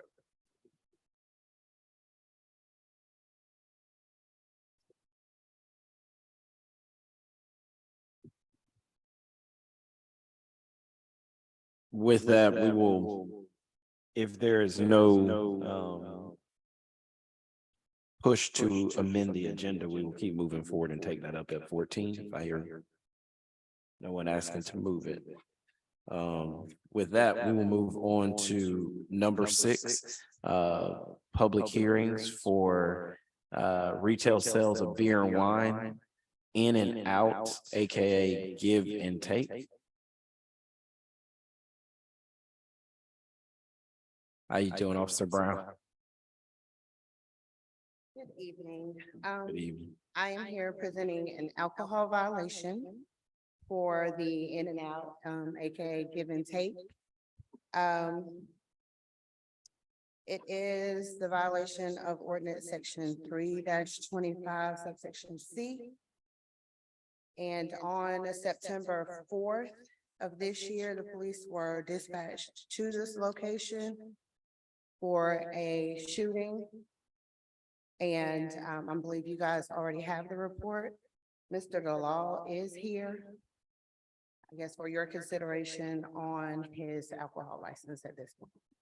And just so I'm clear, what actions are we voting on right now? So in the past, historically, the city commission has asked that if an incident takes place at a licensed retail sales or any license, any location with an active alcohol license, that the deputy marshal bring that event to the city commission for consideration.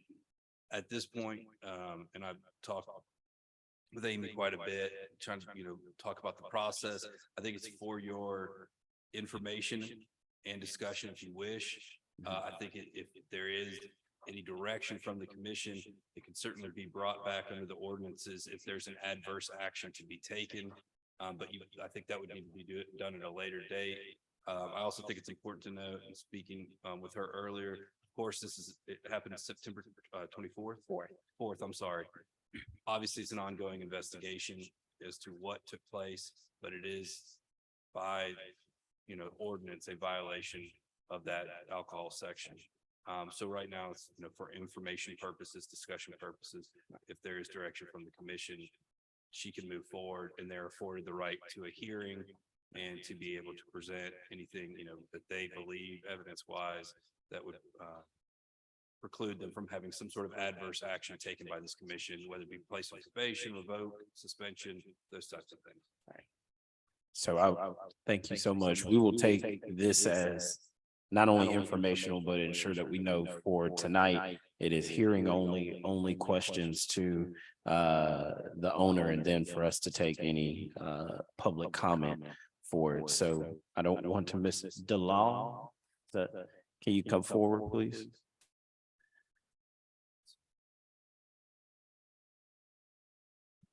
Hello, this is Mehul Dalal. Good evening, Mr. Dalal. What we're going to do is if anyone on the commission has additional questions from the report that we've already received and the information received from Officer Brown, now is our time to ask that. So commissioners, any questions for Mr. Dalal? This is the store that's on L Street next to the Rice TV building, right? Yeah. Okay, so I know you stated one incident, but since I've been on commission, there's actually been 3 incidents. Mhm.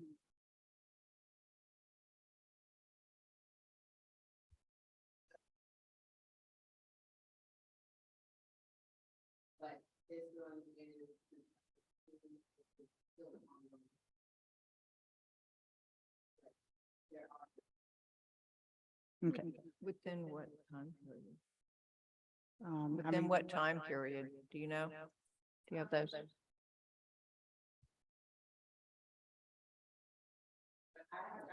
Here is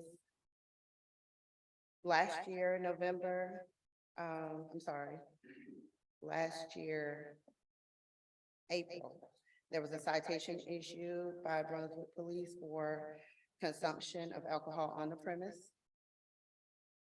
which they were giving a 6-month probation from April 7th to October 7th.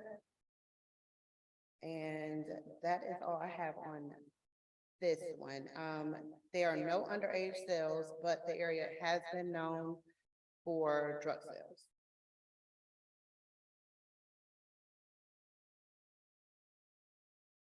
Hello, sir. Okay, we have like 1603 L Street. There's my, we want the bid property and business. But next door, this like open plot, nobody, I don't know who want this. And the people hang it out over there. That's why we no control. Yeah, city told me and state told me about fence. We put it fence over there. Like two property between, we put in fence, we put in sign outside, no drinking on premises, no passing. Like we do everything like city or state require. Nah, after still we like we walk outside, we don't tell, oh, please move other side also. There's like we got risks for our like our employee and our they like hurt us sometime. No, there's not like we don't control like people carry gun or some like weapons outside. The people passing on a property like across the street liquor store, people buy on liquor store, come on across the street and drinking on alcohol and next door an open parking lot, open plot, just next to us. Control like that. Somebody drink in my property, I tell, don't drink our property, move, I call police. I like that way. I tell like people like that way. I tell my customer, don't drink here, don't hang it out. We put it all sign, windows everywhere too. what are your store hours? Like 9 to 8. Okay, because my concern is that I think I probably frequent the area more because I'm right around the corner. My barber shop where my son and I get our haircut is about 200 feet away. It's always people outside of both of the buildings, your store as well as the Rice TV building. And I mean, it's loitering. They're always hanging out there. And my concern is with all of the incidents that have taken place. I mean, I can be going into the barber shop or into my car and a stray bullet can take me or take my son. So that's a concern for me. And even with your beer and wine sales, because right down the street, you have, another liquor store that, he sells everything. So it's just, my concern is the incidents as well as all of the Yeah, there's an area. sale of alcohol, like just in that area. Just we do one thing, maybe there's like next door, we maybe rent it out or closing, some like that, we put in fence. We do rent on next door and put in fence or something like that, so nobody hang it out. Something like that, other option, or there's people hang it out next door, that's main concern. Our hurt my business too. People hang it out, people walk inside, scare, just regular people, 15, 20 people outside, the people walk inside the store and buy stuff. And other people not coming, that's scare too. We hurt my lot of business, that's why.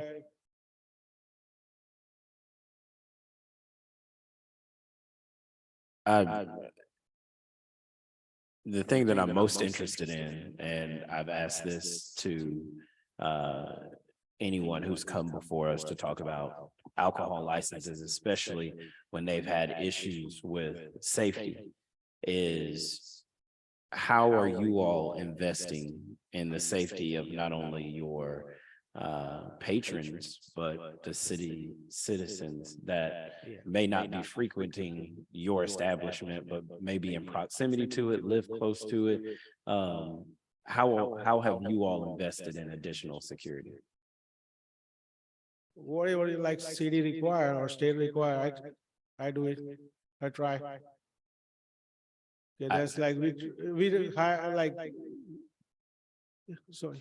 No. I think one of the issues that I have, and I think we had someone come before us a little while ago that kind of said the same thing, whatever the city and state requires, which I understand that answer, but that answer would then by virtue call us into action to be more stringent on who we give these to and who we work with, and the stipulations we put around giving alcohol licenses out. And so what I think we try and do is to be as open and honest and direct and friendly to businesses who want to do business here. However, my deeper question is not what we require, because we can add additional requirements. The question is, what have you done since there have been continual instances at your place of business to invest in the safety of those who frequent your area? We try to people move all the time. We call like police all the time. That's the problem, anything. The way they don't move, some happen. Have you invested additional dollars? Have you invested? Yeah, investing dollar, no problem, yeah. Like we do some, maybe put in like something different way, like put in gas station or some, so people don't hang it out, or put in big building surrounding this, cover this building. Have you had a conversation with the owner of the business next to it, the blue building? No. That might help. Yeah, we try to, I need to contact them. We need to try contact. Mr. Rice is maybe no more, I think so. Any additional questions from commission? My question would be, would obnoxious lighting help in any way? It's not going to help during the daytime, the daylight hours, but it might in the hours when it's dark. No, we got a light too outside.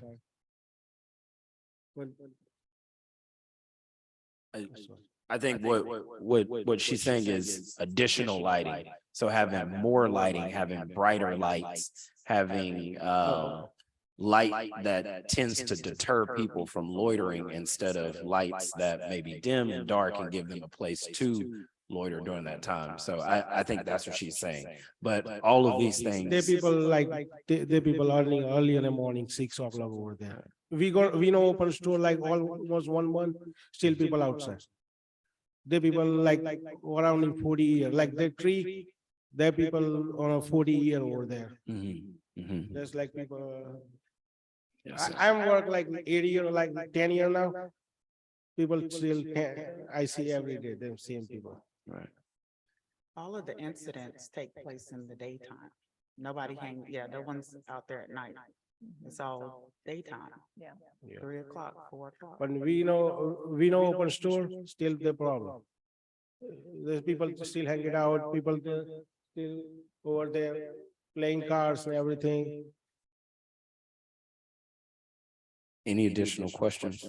Yeah, it seems to me like that we need to be talking also to the owner of the property. Exactly. If that's Mr. Rice. Yeah.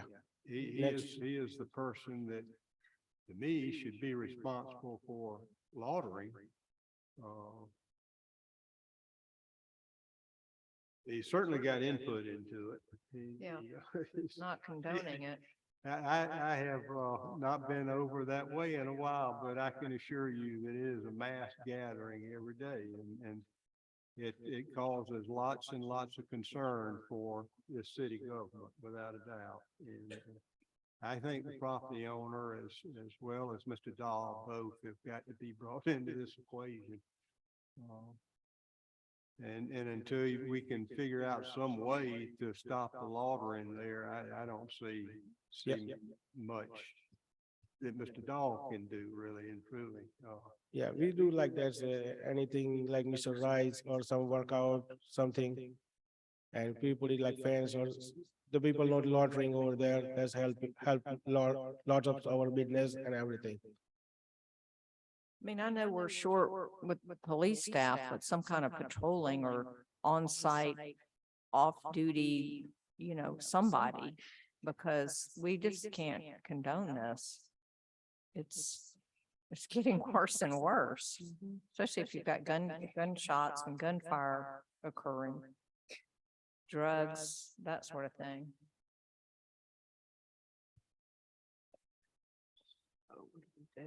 And so what I heard from City Attorney Corey, I just want to make sure we're okay. This was for a hearing and questioning purposes only.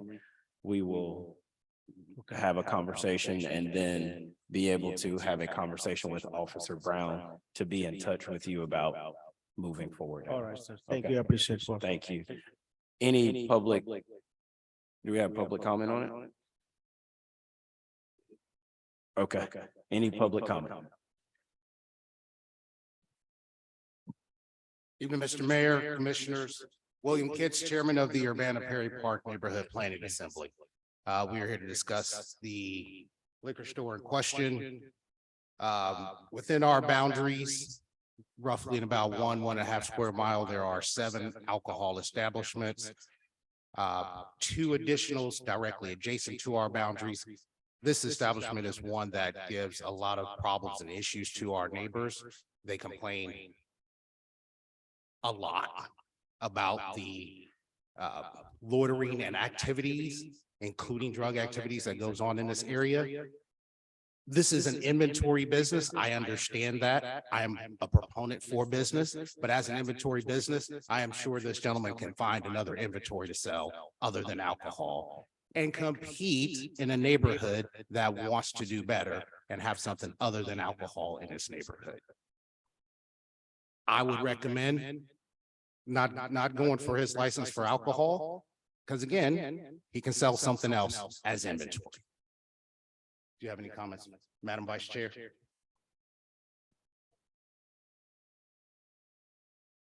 Good evening, Anita Collins, and years ago, for any of you were commissioners,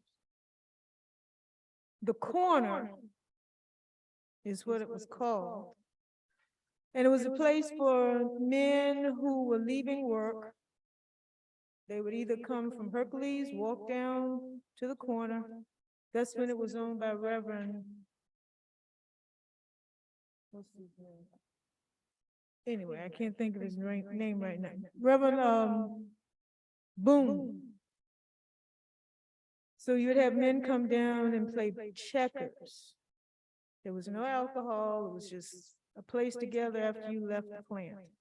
You would also have men come from the pup mill, and there would be checker championships down there. Over the years, what has happened, it has become a place not for men to gather after work and then go home to their families. It's become a place where people just, once daylight comes, they hang out there. And I mean, technically the term is loitering, but it's like a job. You get there 7:30, 8, and you leave at dark. You barbecue, you play cards, you drink liquor, you use drugs. It's been a blight in the community for many, many years. And that's what I have to say. Thank you.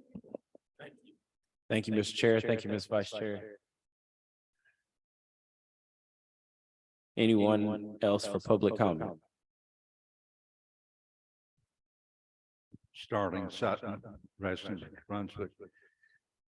This particular corner and the particular business there didn't start being a problem to this neighborhood or the city within the last year or the year before or the year before or the year before.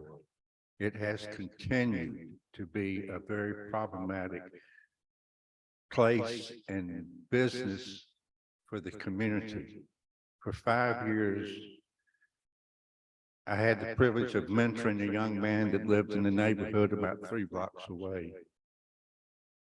And he was literally frightened to walk in that direction from his house. And he would walk the opposite direction to get back up to MLK and then to walk on MLK so that he did not have to walk by the store. And there have been numbers of shootings that have happened there, and a number of just total misconduct. And it's a bad situation. And the city, I think, needs to come down hard on the property owner and the person with the business license. Appreciate your consideration. Thank you. Any additional public comment? Hearing none, we will now close that portion. Thank you, officer, and we will be in touch, Mr. DeLaw. All right. We are going to try and move swiftly here through the items to be considered for approval. So if you can be on the ready, if you're on the agenda to get through it kind of quickly. The first number is the consider approval of September 21st regularly scheduled meeting minutes, as well as the September 27th emergency special call meeting. Do I hear a motion? Make a motion to approve both as presented. Hearing a first, do I hear a second? All those in favor show by the usual sign of aye. Aye. All those opposed, the same. Hearing none, the motion passes and the minutes are accepted. Financial reports, consider approval. Director Mills. Thank you.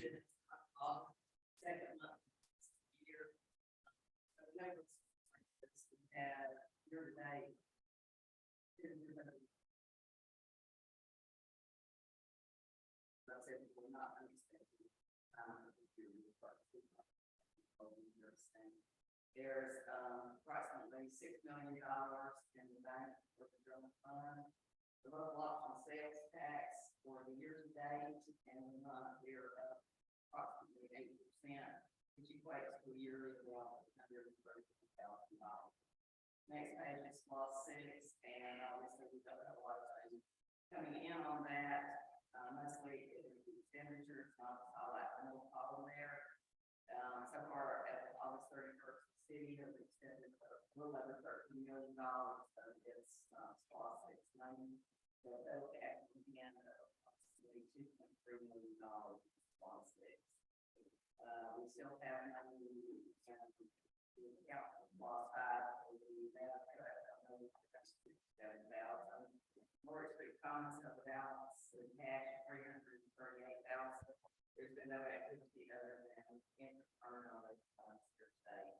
Roosevelt Arizona Purpose Center, we have total inflows of $96,000, expenditures of $75,000.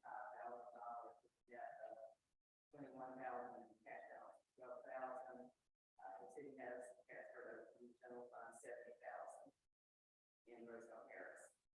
The ARPA fund, we have a cash balance of a little over $9 million in the bank as of August 31st. We have actually extended the fund of $267,000. And then you'll see we have allocations that add up to $7.6 million. And some unallocated funds of around $1.3 million. The sanitation fund total revenue year to date $256,000, expenditures $162,000, which gives us a net of $93,000, $160,000 in the regular sanitation fund and strict account of $195,000.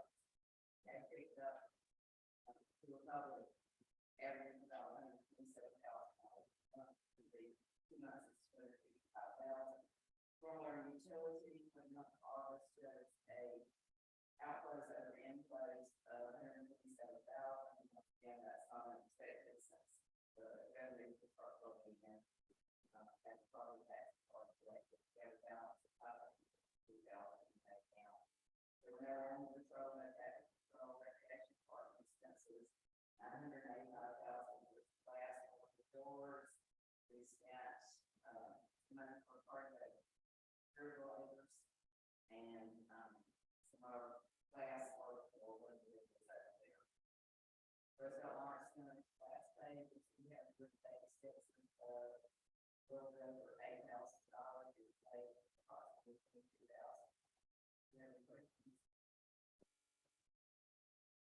Any questions from the commission? I'll make the motion to approve the financial reports as of August the 31st, 2022. Thank you, Kathy. Hearing the first, do I hear a second? Hearing the first and the second, all those in favor show by the usual sign of aye. Aye. All those opposed, the same. Hearing none, the motion passes. Thank you, Director Mills. Consider approval of changes to the Back to Business Brunswick Program, Director Hill. Good evening, Mayor and Commissioners. Good evening. So last year, maybe about this time, we had looked at the ARPA funds the city was going to get, and we developed some programs for businesses citywide, not only downtown, but also any business in the city. Those were the Back to Business Brunswick programs. There was the Business Relief Grant, which was to help businesses that had suffered adversely from COVID. Employee Retention Grant to help businesses ramp up their employees or keep employees who were in danger of leaving because of shortened hours. And the Business Expansion Grant.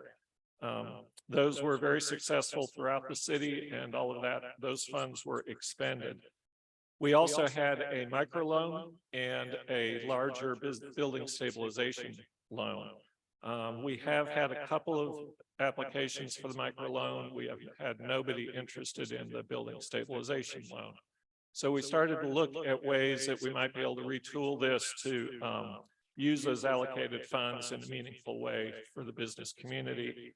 And it was actually in talking with my counterpart in Augusta that we hit upon things like grease traps, sprinkler systems, ADA compliance that are often hamper to redeveloping a building. You know, we don't have many buildings that had restaurants in them that are available. So if you want to put in a restaurant, you have that grease trap specter. So before you tonight is a proposal to reallocate the funds that were for the stabilization loan into a commercial property enhancement grant that is for structural repairs, but also grease traps, ADA compliance. Hub's Crab Shack is an example of that. Their project is stalled because of the expense of redoing those restrooms to make them compliant. And fire sprinkler systems and other safety items. So the grants would be a matching grant up to $25,000. And they're available again anywhere in the city. It's just, there would be one application portal like there was with the business grants, and then it would divert into its approval process, one through the DDA board for businesses in our district and one through the finance committee. The grants are issued, the funds are actually issued by the city. They're not transferred to either entity and then given out. And we are trying to prioritize projects that are in the Norwich corridor for the ones that are in our area. Perfect. I'm sure I've missed something. I was trying to go fast. No, we appreciate that. And want to appreciate the work of you and your staff, and then our economic development department as well at the city, creating those two tracks so the entire city could be a part of this. I appreciate that. Any questions from the commission? Yeah, I have a couple of questions. One is, and I'm sure it was in here, we had a lot to read. That the applicant has to have a business license. In one place it was mentioned, but then in almost every place else it was not specifically mentioned. And it'd be kind of hard to get a business license for a restaurant that's not yet built, because you can't get the license until you have the certificate of occupancy. So that could have been a leftover from the business relief grant. And I'll make a note here. Yeah, if that could be better defined, that would be good. If there's certain businesses that you would obviously want to see a business license in place. Right, it would depend on the point, at the point of what this building is, but Yeah. we were envisioning this more of almost more of a landlord project rather than a tenant, because I was a tenant, I don't know that I'd sign a lease on a Exactly. building that's Yeah. not habitable. So my next question is, can an applicant apply a second time for something completely different? And if so, within what time period? You mean apply to this grant or have applied to one of the other ones? No, this, let's say, they, Property owner Jones may have a building on, at the southern end of Norwich Street. But she may also have a building at the northern end. no, same building. Oh, Sorry. same building. Yeah, same building. No, They need a grease trap done, they're opening up a restaurant, and then no, it would. be- next year they decide they want some masonry work done to have a patio area or, No, on the same building, you would not be okay. able to do that. I guess unless it's a multiple tenant building. And maybe you might have a restaurant in one address of that building, but another one might be a two-story portion that needs a sprinkler system, but in the same, this square building right here, no, you couldn't apply for it twice. So I guess if that's in the criteria somewhere, or restrictions or requirements or whatever you want to. And then is there anything in there? Let's say we grant an applicant substantial rehab improvements. And then they turn around and sell the building. A recapture. Yeah. Um, Is there some wording in there that says they have to hold on to the building for a certain period of time, or? There you know, was in the stabilization loan, and we could bring that forward into the documentation for this, that if you get this grant, like the stabilization loan that the city had that helped a couple of buildings that were in danger. If you held on to the building for 5 years, the loan was forgiven, but if you sold it before then, you had to repay the loan, and we could look at doing something like that in Yeah. here, that if you Just sell as the a building preventative before 2 years. Yeah. But we'd still have a profitable, usable building, so. And that not applying twice within a certain period of time, even if the business changes. Well, they shouldn't, I mean, the project should be done. If it's The a first- landlord tenant situation, I know the work's done for the landlord, the business owner has to pay. But if the first business goes belly up and they had applied for some grant funding, then they get a new tenant that needs another build out done. Can they reapply? I wouldn't think so for the same building. Just because if it was built out for a restaurant, you'd want a restaurant in there, and just interior remodeling is not really what this is designed for. It's to get those expensive things that hold back projects. And, there is also a clause in here about if you applied for the other grant funding, you may be ineligible for this. Okay. So, Yeah. Thank you. just depending on the worthiness of the project. Matthew, how long is this program gonna run? It'll run until the money's exhausted, but all of those funds have to be spent by 2020, the end of 2024. Does this have any bearing on the lady in front of the fire department that has been incomplete in her construction process? No, that's between her and her contractor. Trying to get. That's not a money issue. No, it's well, I suppose but it's a contractor, property owner issue. We need to get somebody on that project and get it cleaned up. It's been in the process that it's in for so long. Is that a possibility? Thank you. Planning says yes. Any additional questions? Hearing none, we'll entertain a motion.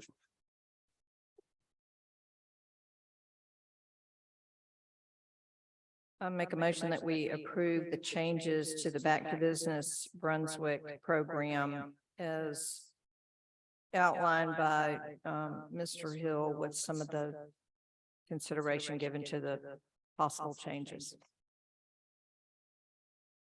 Hearing the first, do I hear a second?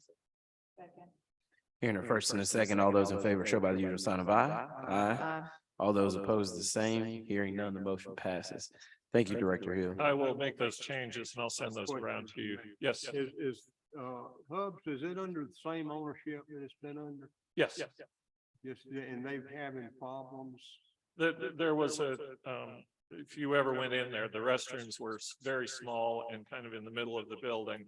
And there was a step up. So making the bathrooms larger was a considerable expense involving jackhammering the floor and doing some reconstruction. So that was one of the, I think that was one of the main reasons, but he's still around. So I think this may be what gets him going again. You think this will help him? I'm sure it will. Good. Yeah. Yes. All right. Thank you. Thank you. Perfect. Thank you. We'll now move on to item number 10, consider approval of agreement with Georgia Department of Natural Resources for West Brunswick tide control in the amount of $189,801. Director Albertson. Good evening. Good evening. This is an item for a grant agreement with Georgia DNR for a coastal incentive grant. You probably know we've had several coastal incentive grants over the past few years. We used one for the feasibility study to establish a stormwater utility. They presented the results of the one last week on the rethinking runoff plan.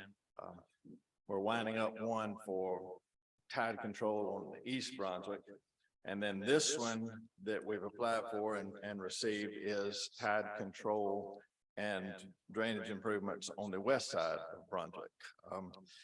And that is listed as priority project number 11 in our stormwater utility to address tide control on the west side of town. So like I said, we applied for and received this this grant from Georgia DNR. These coastal incentive grants are design only. They're not construction grants. They're design and planning grants.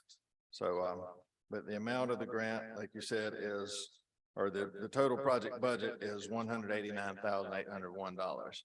Of that, we will receive $80,000 from Georgia DNR. Then we will be responsible for the remainder as the match. Part of that, approximately $17,000 will come through salaries and personnel expenses. And then the remaining cash match of $91,000 will come from our budgeted funds and stormwater utility. So that's the gist of this agreement. And so this item is an agenda item to accept the grant agreement of $80,000 from Georgia DNR, agreeing to match it with our salary and funds. So. But it's a study only. This is study and design. Study and design, okay. Yes, ma'am. It covers several, or I mean, I believe 11 outfalls along this west side of town. We're also including 3 problematic areas where we have flooding, the Monk Street corridor, the Oglethorpe Street down here in the Hopkins Homes area, and the Howe and Union and Ellis intersection in that area right there, and kind of see what improvements can be made in those areas along with the tidal control and the outlets and that kind of thing. So it's study of those areas, analysis of those areas, design of the improvements, and then permitting of the outfalls where it's necessary in the jurisdictional areas.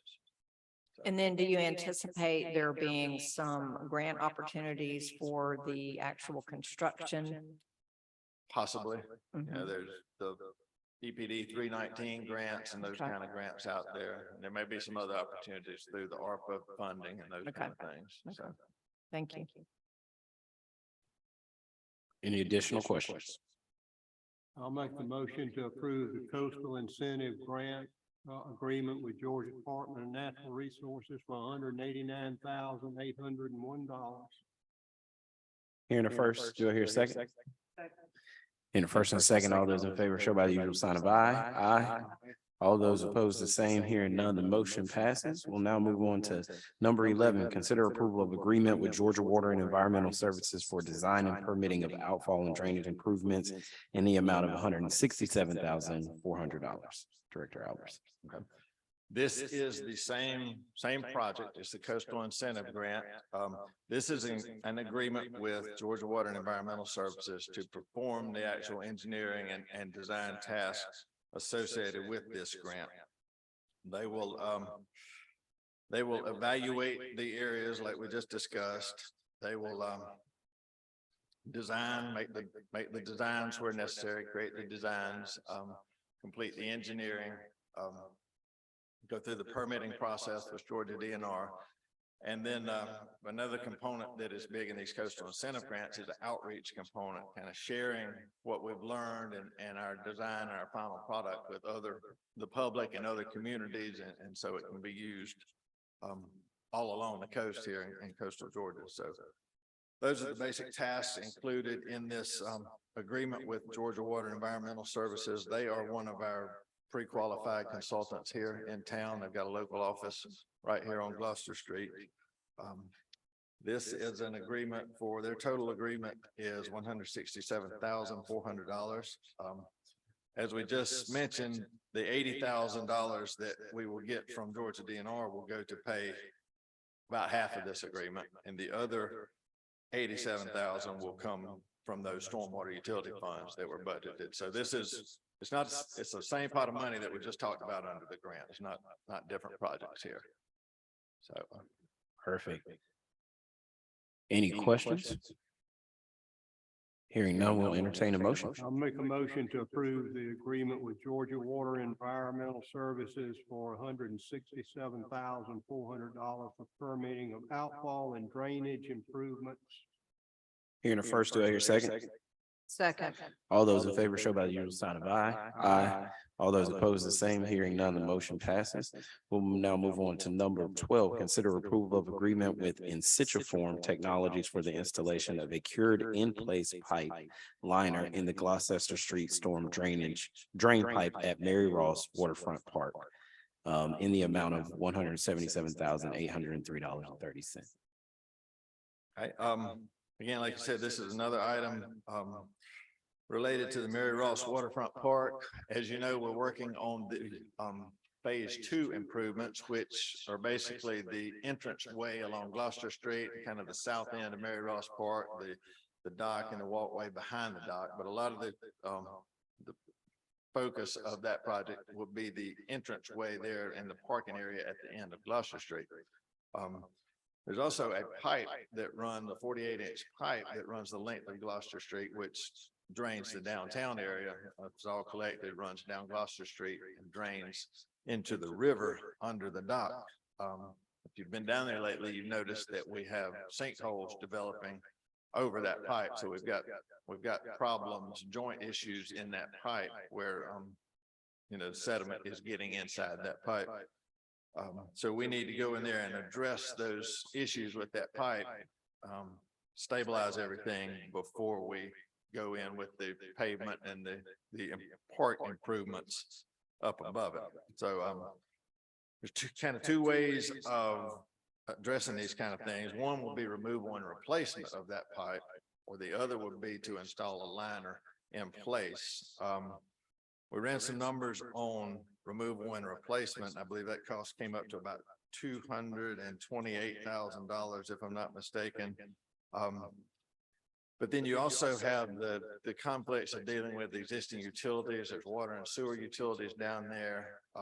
The pipe projects through the retaining wall behind the dock. So you've got the possible disturbance of that if you go in there and remove that pipe. So there's a whole lot of unknown associated with that pipe removal and replacement. So because of that, we looked at lining this pipe, which is where they come in, this contractor will come in and for lack of a better word, install a sock, a resin coated sock inside that pipe, inflate it, and once it cures, you have a liner inside that pipe. It's the diameter of the existing pipe. It's probably about 1.5 inches thick. And you basically build a new pipe inside that existing pipe, seal those joints. And then we can repair the surface on top and we'll be in good shape. We've gotten a price here from In Situ Form Technologies for $177,803.30. In Situ Form has done this kind of work for us before. They did some lining over on Atlanta Avenue from is it Johnston all the way out to the river out there on the east side of town. We've not had any further problems with their work. The estimated lifespan of these liners is about 50 years as far as we know. Could be longer than that, but that's a much longer lifespan than pipe replacement. So we also, it's not listed in here, we also did get a second price for lining the pipe, which was about $300,000, I think $307,000. So You mean replacing the pipe? no, sir, another liner contractor. Oh, okay. We feel like replacing is estimated at 228. The other liner was 307.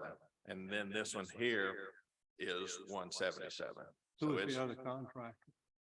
It was K-Dub Utilities. They're out of Patterson, Georgia. Using the same process? Yes, sir, more or less. So we feel like this 177 is a good price for the work. They are ready to get in here within a couple of weeks of us giving them the go-ahead so that we're not holding up the rest of the Mary Ross Park project. Want to try to keep things moving there. One change to make, your agenda packet list that this cost would be paid from the stormwater utility. Switching gears a little bit there, and it would be paid from SPLOST storm drainage funds. So that is the difference there, but that money is available. We do have sufficient funds there to cover that cost in SPLOST storm drainage. How much of the Gloucester Street, I'm just going to say Gloucester Street extension right there, west of Bay Street, is going to need to be torn up? And how much does heavy freight truck traffic that's comes in and out of there? I know it's not as much as Bay Street gets, but you still got some 18-wheeler tractor trailers coming in and out of there. The for this project, really, you'd only need probably a 5x5 hole at the manhole for them to get in there. The Mary Ross Park project will tear up about half of that extension. If you go out there now, about half of it's concrete and the other half is asphalt. That asphalt portion will be coming up anyway. Half of it's depression. Sir? Half of it is depression. That's right. That's right. So that's coming out anyway, but it'll be minimal disturbance. That's another good thing about this method is it's minimal disturbance. They just need enough of an area to be able to get that liner inside the pipe through the manhole. Does this include camera? Have you seen what the pipe looks like here?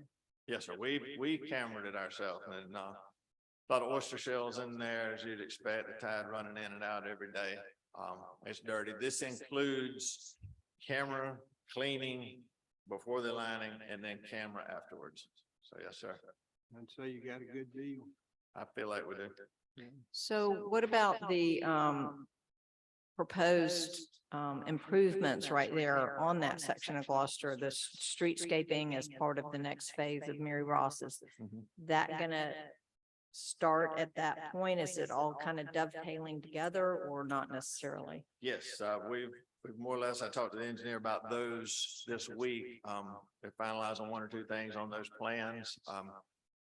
And those will be ready to put out the bid. We've got a couple of other utilities. We're working with Georgia Power on getting some poles moved and that kind of thing. So, we should be ready to get this out to bid kind of as this lining project wraps up and kind of keep things moving. Great, thank you. Any additional questions? I'll make a motion to approve the agreement with In Situ Form Technologies for the installation of cured in place pipe at Mary Ross Waterfront Park in the amount of $177,803.30. Second. Hearing a first and a second, all those in favor show by the usual sign of aye. Aye. All those opposed, the same. Hearing none, the motion passes.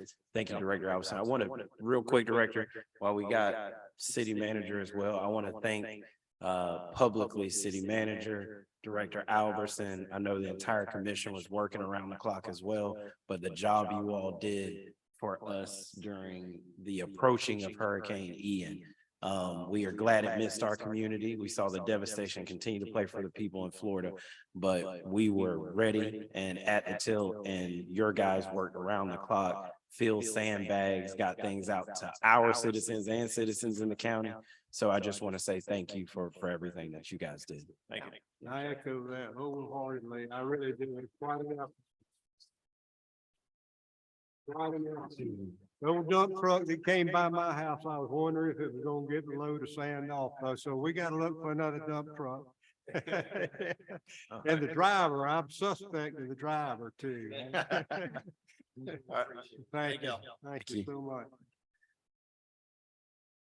With that, we will now turn to city attorney's items. Number 13, consider adoption of proposed ordinance number 1075, urban camping.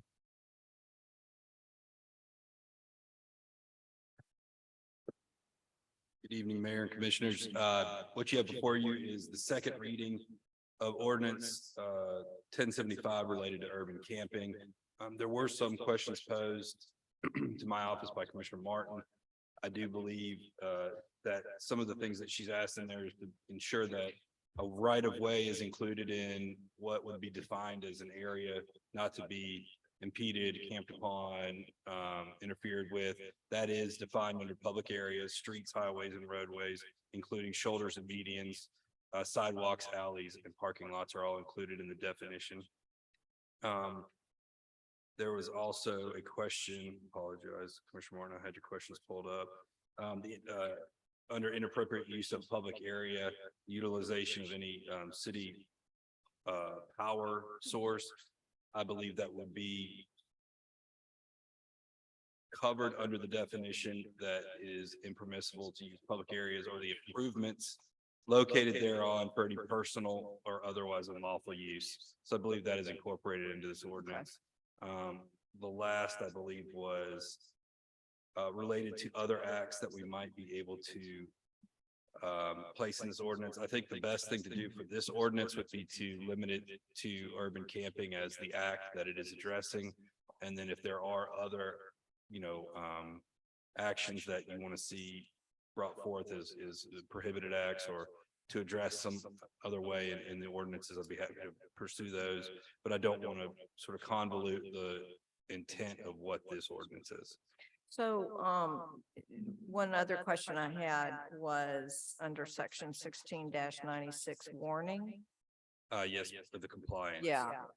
Could that be defined better or specified or not? I think as I look through that question, looking at this ordinance, I don't believe this ordinance is it's more to utilize as a mechanism. I don't believe that it's to be utilized as such a punitive measure that it requires immediate compliance or else, or arrest or incarceration. Promptly complying, I think, gives discretion to the person that is taking action under the ordinance to say what is promptly complying. As we see through the actions that have been brought forth through municipal court and what we've been dealing with and what the police officers have been dealing with, I think it's important to give discretion under this. I think it's important to note that we don't intend to use this as some sort of tip of the spear to create a mass arrest or mass incarceration under this. It's just an ability for law enforcement or code enforcement to address certain situations that are going on in the city that need proper attention. I know I heard some comments earlier, public comments regarding the personal property being submitted to, I believe, the lady that's spoken to the well or to FaithWorks.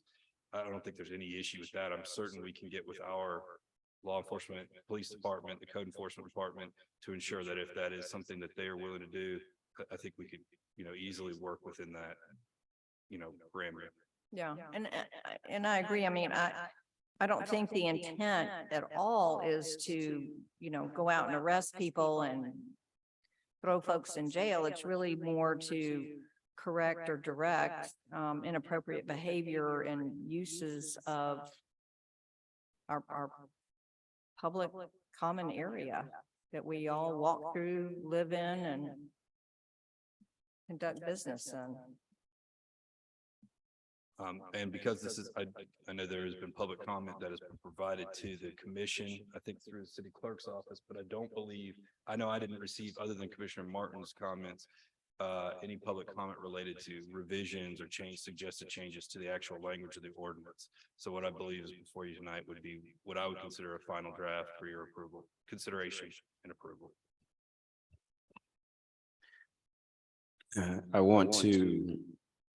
I think both of the votes that we have coming up are pretty substantial votes, so I want to leave time at the beginning before we take that vote for any comment from the commission, any additional question for City Attorney Corey on number 13, consider adoption of proposed ordinance number 1075.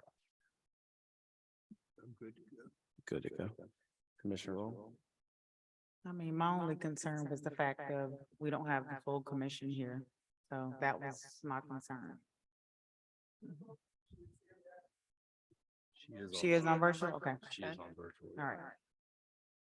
Well, I'll make a motion that we approve ordinance number 1075 to amend the code of the city of Brunswick, Georgia, and particularly to amend chapter 16 to add article 5 to be titled urban camping and improper use of public spaces, and to add definitions to restrict camping, storing personal property, and interference with ingress egress, to provide for confiscation of abandoned personal property, and to repeal conflicting ordinances and other purposes.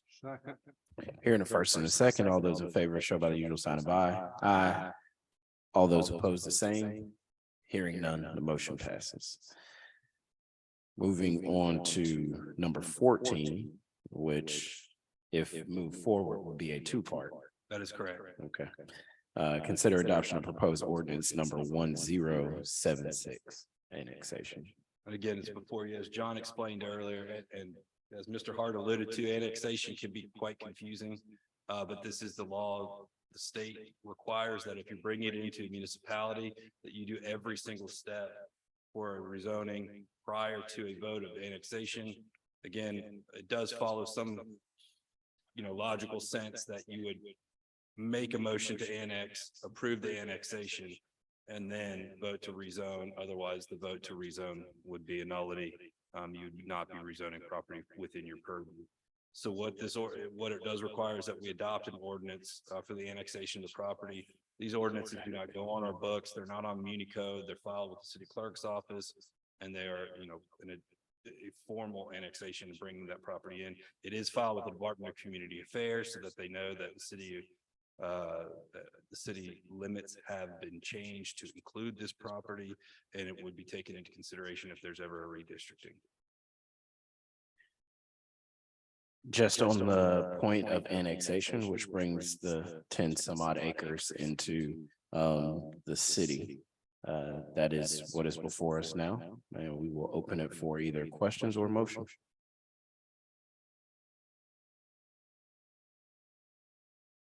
Well, given that this is the very first step, if you will, of even giving consideration to this project with this particular developer and soon to be property owner, I would make a motion that we approve the annexation of the property as has been presented. Perfect. We have a first, and do we have a second? Hearing a first and a second, all those in favor show by the usual sign of aye. Aye. All those opposed, the same. Hearing none, the motion passes. Now we will move on to what is labeled number 3 on the agenda, which is consider approval of rezoning petition number 22-03. I would, at this time, I'd ask John to, I guess, restate what the recommendation from the Planning and Zoning Commission would be, because I believe that recommendation is properly before you guys for consideration on this reason. Yep.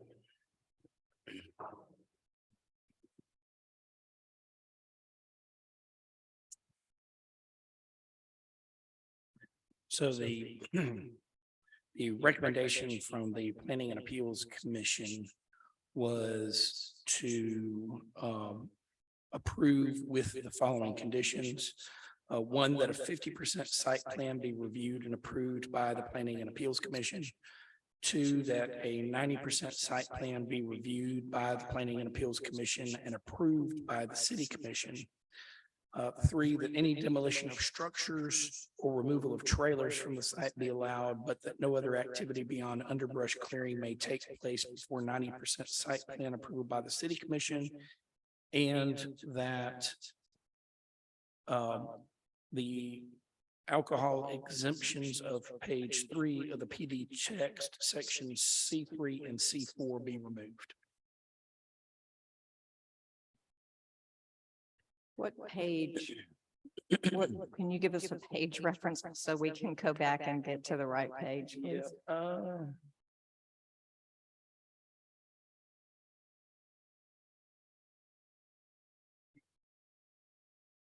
believe that was, sorry. It must be So 14. page 14 of that section or, Says page 14. okay.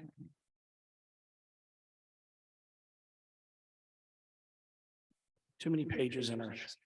I know, and they're all numbered, Different. different. Well, there's the page within the PD text, the Yeah. page within the report, so I want to make sure I get the right.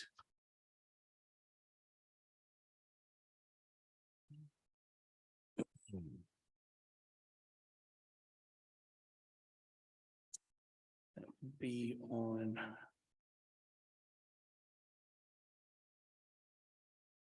We would go with page 3 of the PD text.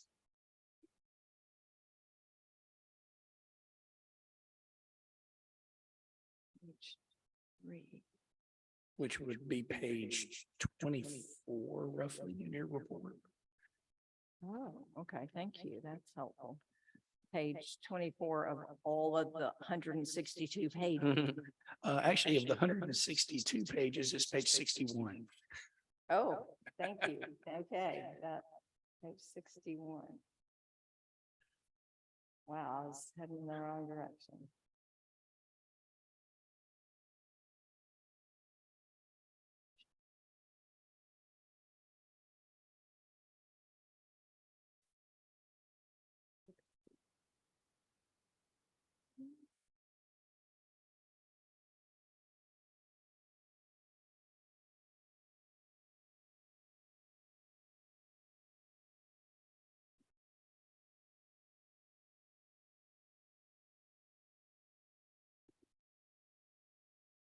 So there's been a lot of discussion tonight.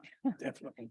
And which I think has been great discussion. It was really very helpful, I think, for us as a commission And a to lot of have that, legitimate concerns. to have that discussion.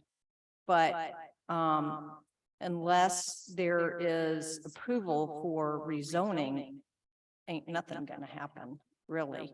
And the uses that are outlined in here are all uses, just as the representative for the candidates or the applicant said, they're already the same uses. Nothing has really changed. And I think that the provision for public input will continue. We hope it will continue. We want it to continue. We want to make sure that the full development is a shining example of what we all hoped for that would come out of the whole public charrette we went through. And, you know, that was a lot of growing pains we had to go through for that. Yeah, it was So, about 8 years of planning.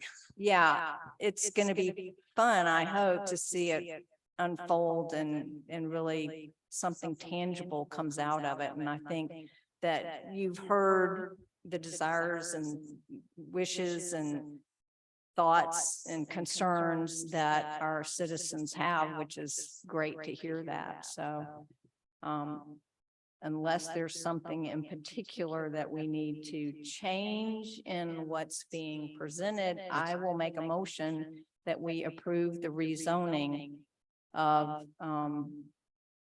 RZ 22-04 50 Faith Avenue. No, sorry. See, I'm on page 60. Okay, sorry, let me go from here.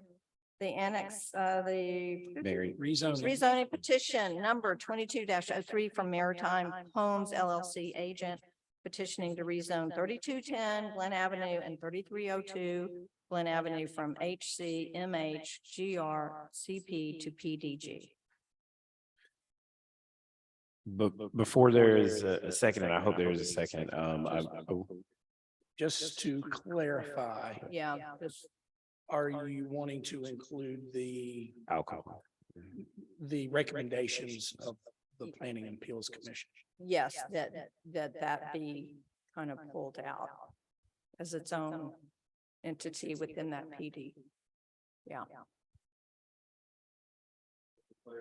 Gives more flexibility for restaurants and So we establishment. we would ask that it come before us the way it came originally before. So. Yeah.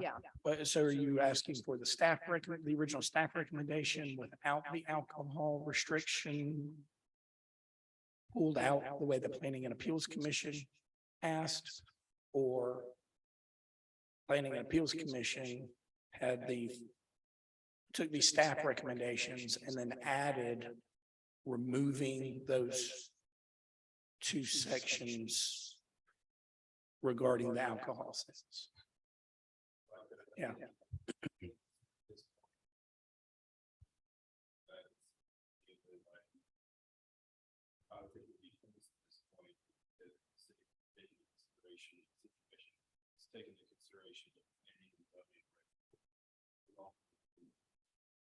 Still applying.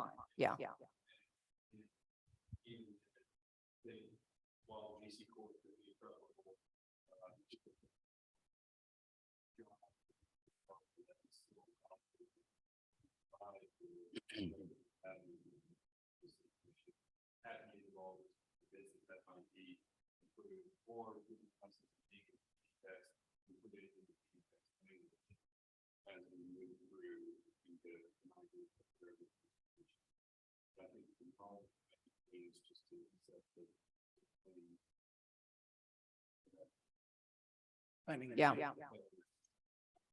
And I would take that, as the motion, when we come back. I just wanted to take a second to those who came to speak tonight, to Mr. Hart, I think to the residents of Riverside, we do hear you. This isn't the end of the process, and we are not turning a blind eye or turning our ears off to the very valid concerns that the residents of our entirety community have and the questions that we have. We do want to, in the best way that we can, keep the process moving forward so we can keep the dialogue moving forward. And I think everyone at the table, definitely from the commission to our staff and those who would be looking to develop, I think is here at the table continuously as we go through the 50 and the 90, and it comes back before us and we continue to work through this process. So we thank you for being here. 100 Mile, thank you for being here. Everyone else who came, thank you all for being here. And we don't want you to say that this is the last stop to give us your opinion and what you think. So with that, we do have one motion on the table. Do I hear a second? Hearing a first and a second, all those in favor, show by the usual sign of aye. Aye. All those opposed? Hearing none, the motion passes. Do we have any? Okay, perfect. So we will open up a motion to adjourn. I'll make a motion to adjourn. Hearing a first, do I hear a second? Second. Hearing a first and a second, all those in favor, show by a sign of aye. Aye. All those opposed, the same. Hearing none, we are adjourned. Good job, Bob. That was technical.